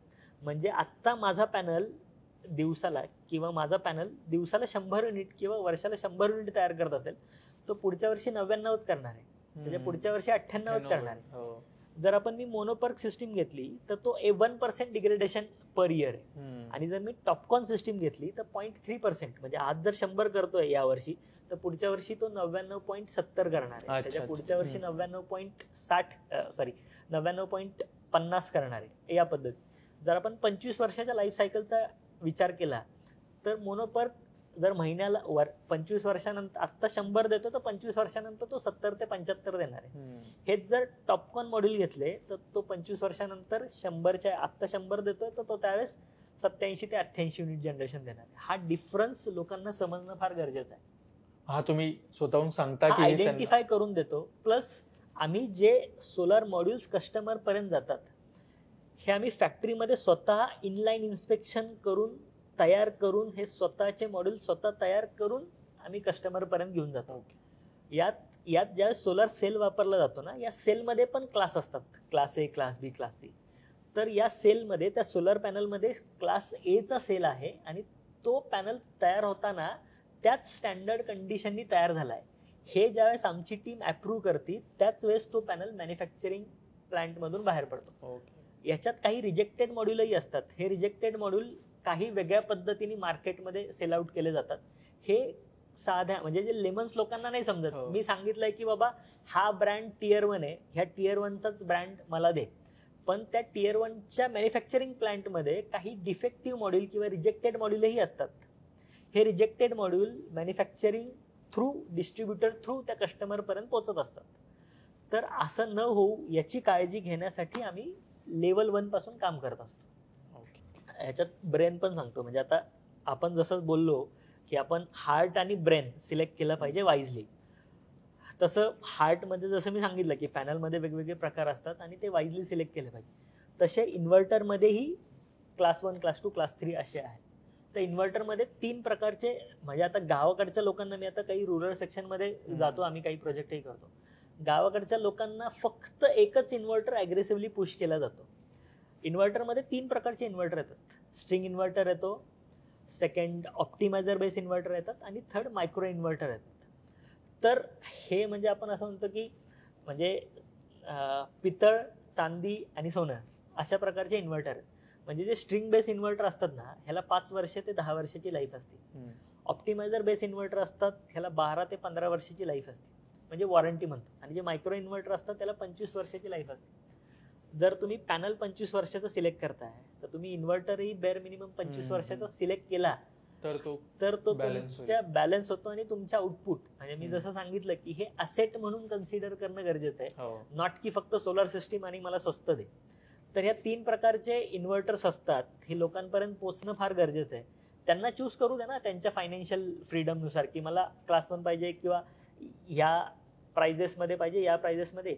पण त्यांना हे सगळ्या गोष्टी त्यांच्यापर्यंत पोहोचणं फार गरजेचं आहे की स्ट्रिंग इन्व्हर्टर बेस इन्व्हर्टर असतात त्याच्यातले काय ड्रॉबॅक आहेत, ऑप्टिमायझर बेस इन्व्हर्टर आहेत त्याच्यात काय ड्रॉबॅक आहे आणि काय प्लस पॉईंट आहेत, आणि मायक्रो इन्व्हर्टर आहे त्याच्यात काय प्लस पॉईंट आणि काय ड्रॉबॅक आहेत. हे जोपर्यंत आपण कस्टमरला सांगत नाही किंवा जे कोण सोलर बसवतात त्यांना जोपर्यंत आपण हे सांगत नाही तोपर्यंत त्यांना माहीतच नसतं की अरे ह्या 3 सिस्टीम आहेत, मी पैसे जास्त खर्च करू शकतो. केव्हा? ज्यावेळेस मला या सगळ्या गोष्टी कळतील की हा पण क्लास मार्केटमध्ये अवेलेबल आहे. त्याला कॉस्ट इन्व्हॉल्व्ड आहे आणि प्राइस पण तशी आहे. म्हणजे जेवढं तुम्ही हायर क्वालिटीला जाणार तसं प्राइस पण वाढते, त्याची कॉस्ट पण वाढत जाते. तर जे बेस्ट आपल्याला सूट होतं, आपलं रिक्वायरमेंट काय आहे त्याप्रमाणे सगळ्यात बेस्ट जे सूट होईल ती जी बेस्ट ऑप्टिमल सिस्टीम देण्याचा प्रयत्न प्रोसिमरकडनं होतो. कारण की सामान्य माणसाला काय होतं की एकदा मी सोलर पॅनल बसवले की मी आता 25-30 वर्ष मोकळा, मला त्याला मेंटेन करायची गरज नाहीये, मला त्याला फक्त जे काय मेंटेनन्स असेल तो करायचा आहे. कारण की हे त्याला कळणं पण महत्त्वाचं आहे की आपण किती पैसे देतोय किंवा त्याची कॉस्ट कुठे बायफर्गेट होते. सो तुम्ही इतक्या छान पद्धतीने सांगितलं की आता तुम्ही इतके मोठमोठे प्रोजेक्ट केले, म्हणजे पुणे युनिव्हर्सिटी, JNPT असेल, पुणे मेट्रो असेल, तर पुढची वाटचाल कशी असणार आहे प्रोझ्युमर सोलारसाठी? पुढचं आता आम्ही इथून पुढे आता बॅटरी ऑपरेशन्स मध्ये जास्त फोकस करणार आहे. इथून पुढे आम्हाला BES सिस्टम्स जास्त प्रेफरेबल, म्हणजे आम्ही त्याच्यावरती फोकस करून जास्तीत जास्त त्याच्यावरती पुढे जाणार आहे इथून पुढे. आता आमचं फ्युचर तसं आम्ही अग्रेसिव्हली ऑलरेडी काम करतच आहोत. आता पुढे आम्ही BESS बॅटरी एनर्जी स्टोरेज सिस्टीममध्ये अग्रेसिव्हली आम्ही काम सुरू आहे आमचं, आणि ते आता काही महिन्यात आम्ही त्याचे आउटपुट देण्यासाठी आम्ही अग्रेसर राहू. या केसमध्ये आता BESS काय अग्रेसिव्हली चालू आहे मी सांगतो. आता काय होत आहे की सोलर एवढ्या मोठ्या प्रमाणात लागत चालले आहेत, पण डे टाईमची जो पीक आवर आहे, म्हणजे आपण म्हणतो की सकाळी 11 ते 2 वाजेपर्यंत आपलं मॅक्सिमम जनरेशन होतंय. पण त्यावेळेस तुमच्या इंडस्ट्रीमध्ये तेवढा लोड अवेलेबल आहे नाहीये याचा अभ्यास, याचा लोड ग्रीडवर येतोय. त्यामुळे आता रिसेंटली राजस्थान गव्हर्नमेंटनी तुम्ही कुठलाही सोलार पार्क टाकताना तुम्हाला 20% एनर्जी स्टोरेज सिस्टीम टाकावीच लागेल. म्हणजे तुम्ही 100% सोलार टाका प्लस 20% तुम्हाला ग्रीड म्हणजे एनर्जी स्टोरेजसाठी BESS ऍप्लिकेबल केलेलं आहे. म्हणजे एका स्टेटमध्ये हे जर ऍप्लिकेबल होते तर भविष्यात सगळ्या स्टेटमध्ये हे ऍप्लिकेबल होत राहणार आहे. हळूहळू महाराष्ट्रातही येणार आहे, कारण जसं जसं एनर्जी जनरेशन वाढतंय तसा तसा ग्रीडवरचाही ताण वाढतोय. त्यासाठी तुम्ही जी काही एक्सेस एनर्जी जनरेट करताय ती जर तुम्ही स्वतः स्टोअर केली, आणि ह्या संध्याकाळच्या झोनमध्ये ज्यावेळेस 6 ते 10 हा पीक रिक्वायरमेंटचा लोड आहे, त्यावेळेस जर तुम्ही ग्रीडमध्ये सोडली तर हे सगळे बॅलन्सिंग फार सुंदर पद्धतीने होणार. त्यामुळं आमच्या कंपनीची वाटचाल हळूहळू सोलर एनर्जी तर हा फोकस आहेच आहे, पण आम्ही एनर्जी स्टोरेज सोल्युशनवर अग्रेसिव्हली जातोय. वा, त्यासाठी खूप खूप शुभेच्छा सर तुम्हाला की तुम्ही दोघांनी इकडे येऊन तुमचा छान वेळ दिलात आणि बऱ्याच मिथ्स असतील सोलर एनर्जी बद्दल किंवा सोलर सेक्टर बद्दल, या सगळ्यांबद्दल उलगडून बोललात. आणि मला खात्री आहे की बऱ्याच लेमॅन्सला किंवा सामान्य व्यक्तीला सोलर एनर्जी बद्दल काहीतरी शिकायला मिळालं असेल या पॉडकास्टमधून. तुम्हाला हा पॉडकास्ट कसा वाटला हे आम्हाला कमेंट करून सांगा, किंवा कुठला बिझनेस आपण इतके उलगडून पाहू शकतो त्याबद्दलही कमेंट करा, आणि नक्की अजब गजबला सबस्क्राईब करा. थँक्यू. खरंच खूप उत्तम चर्चा झाली या विषयाबद्दल, आणि मला नाही वाटत मराठी पॉडकास्टमध्ये सोलार आणि ग्रीन एनर्जीबद्दल एवढ्या सविस्तर चर्चा झाली असेल. तुम्हाला कसा वाटला हा पॉडकास्ट, आणि तुम्हाला सोलारबद्दल काय वाटतं, किंवा तुम्ही सोलार बसवण्याच्या विचारात आहात का, तुम्हाला याच्याबद्दल काय वाटतं हे आम्हाला नक्की कमेंट्स बॉक्समध्ये सांगा. आणि पुढचा विषय काय असेल हेही तुम्ही कमेंट्स बॉक्समध्ये सुचवा. तोपर्यंत अजब गजबला सबस्क्राईब करा.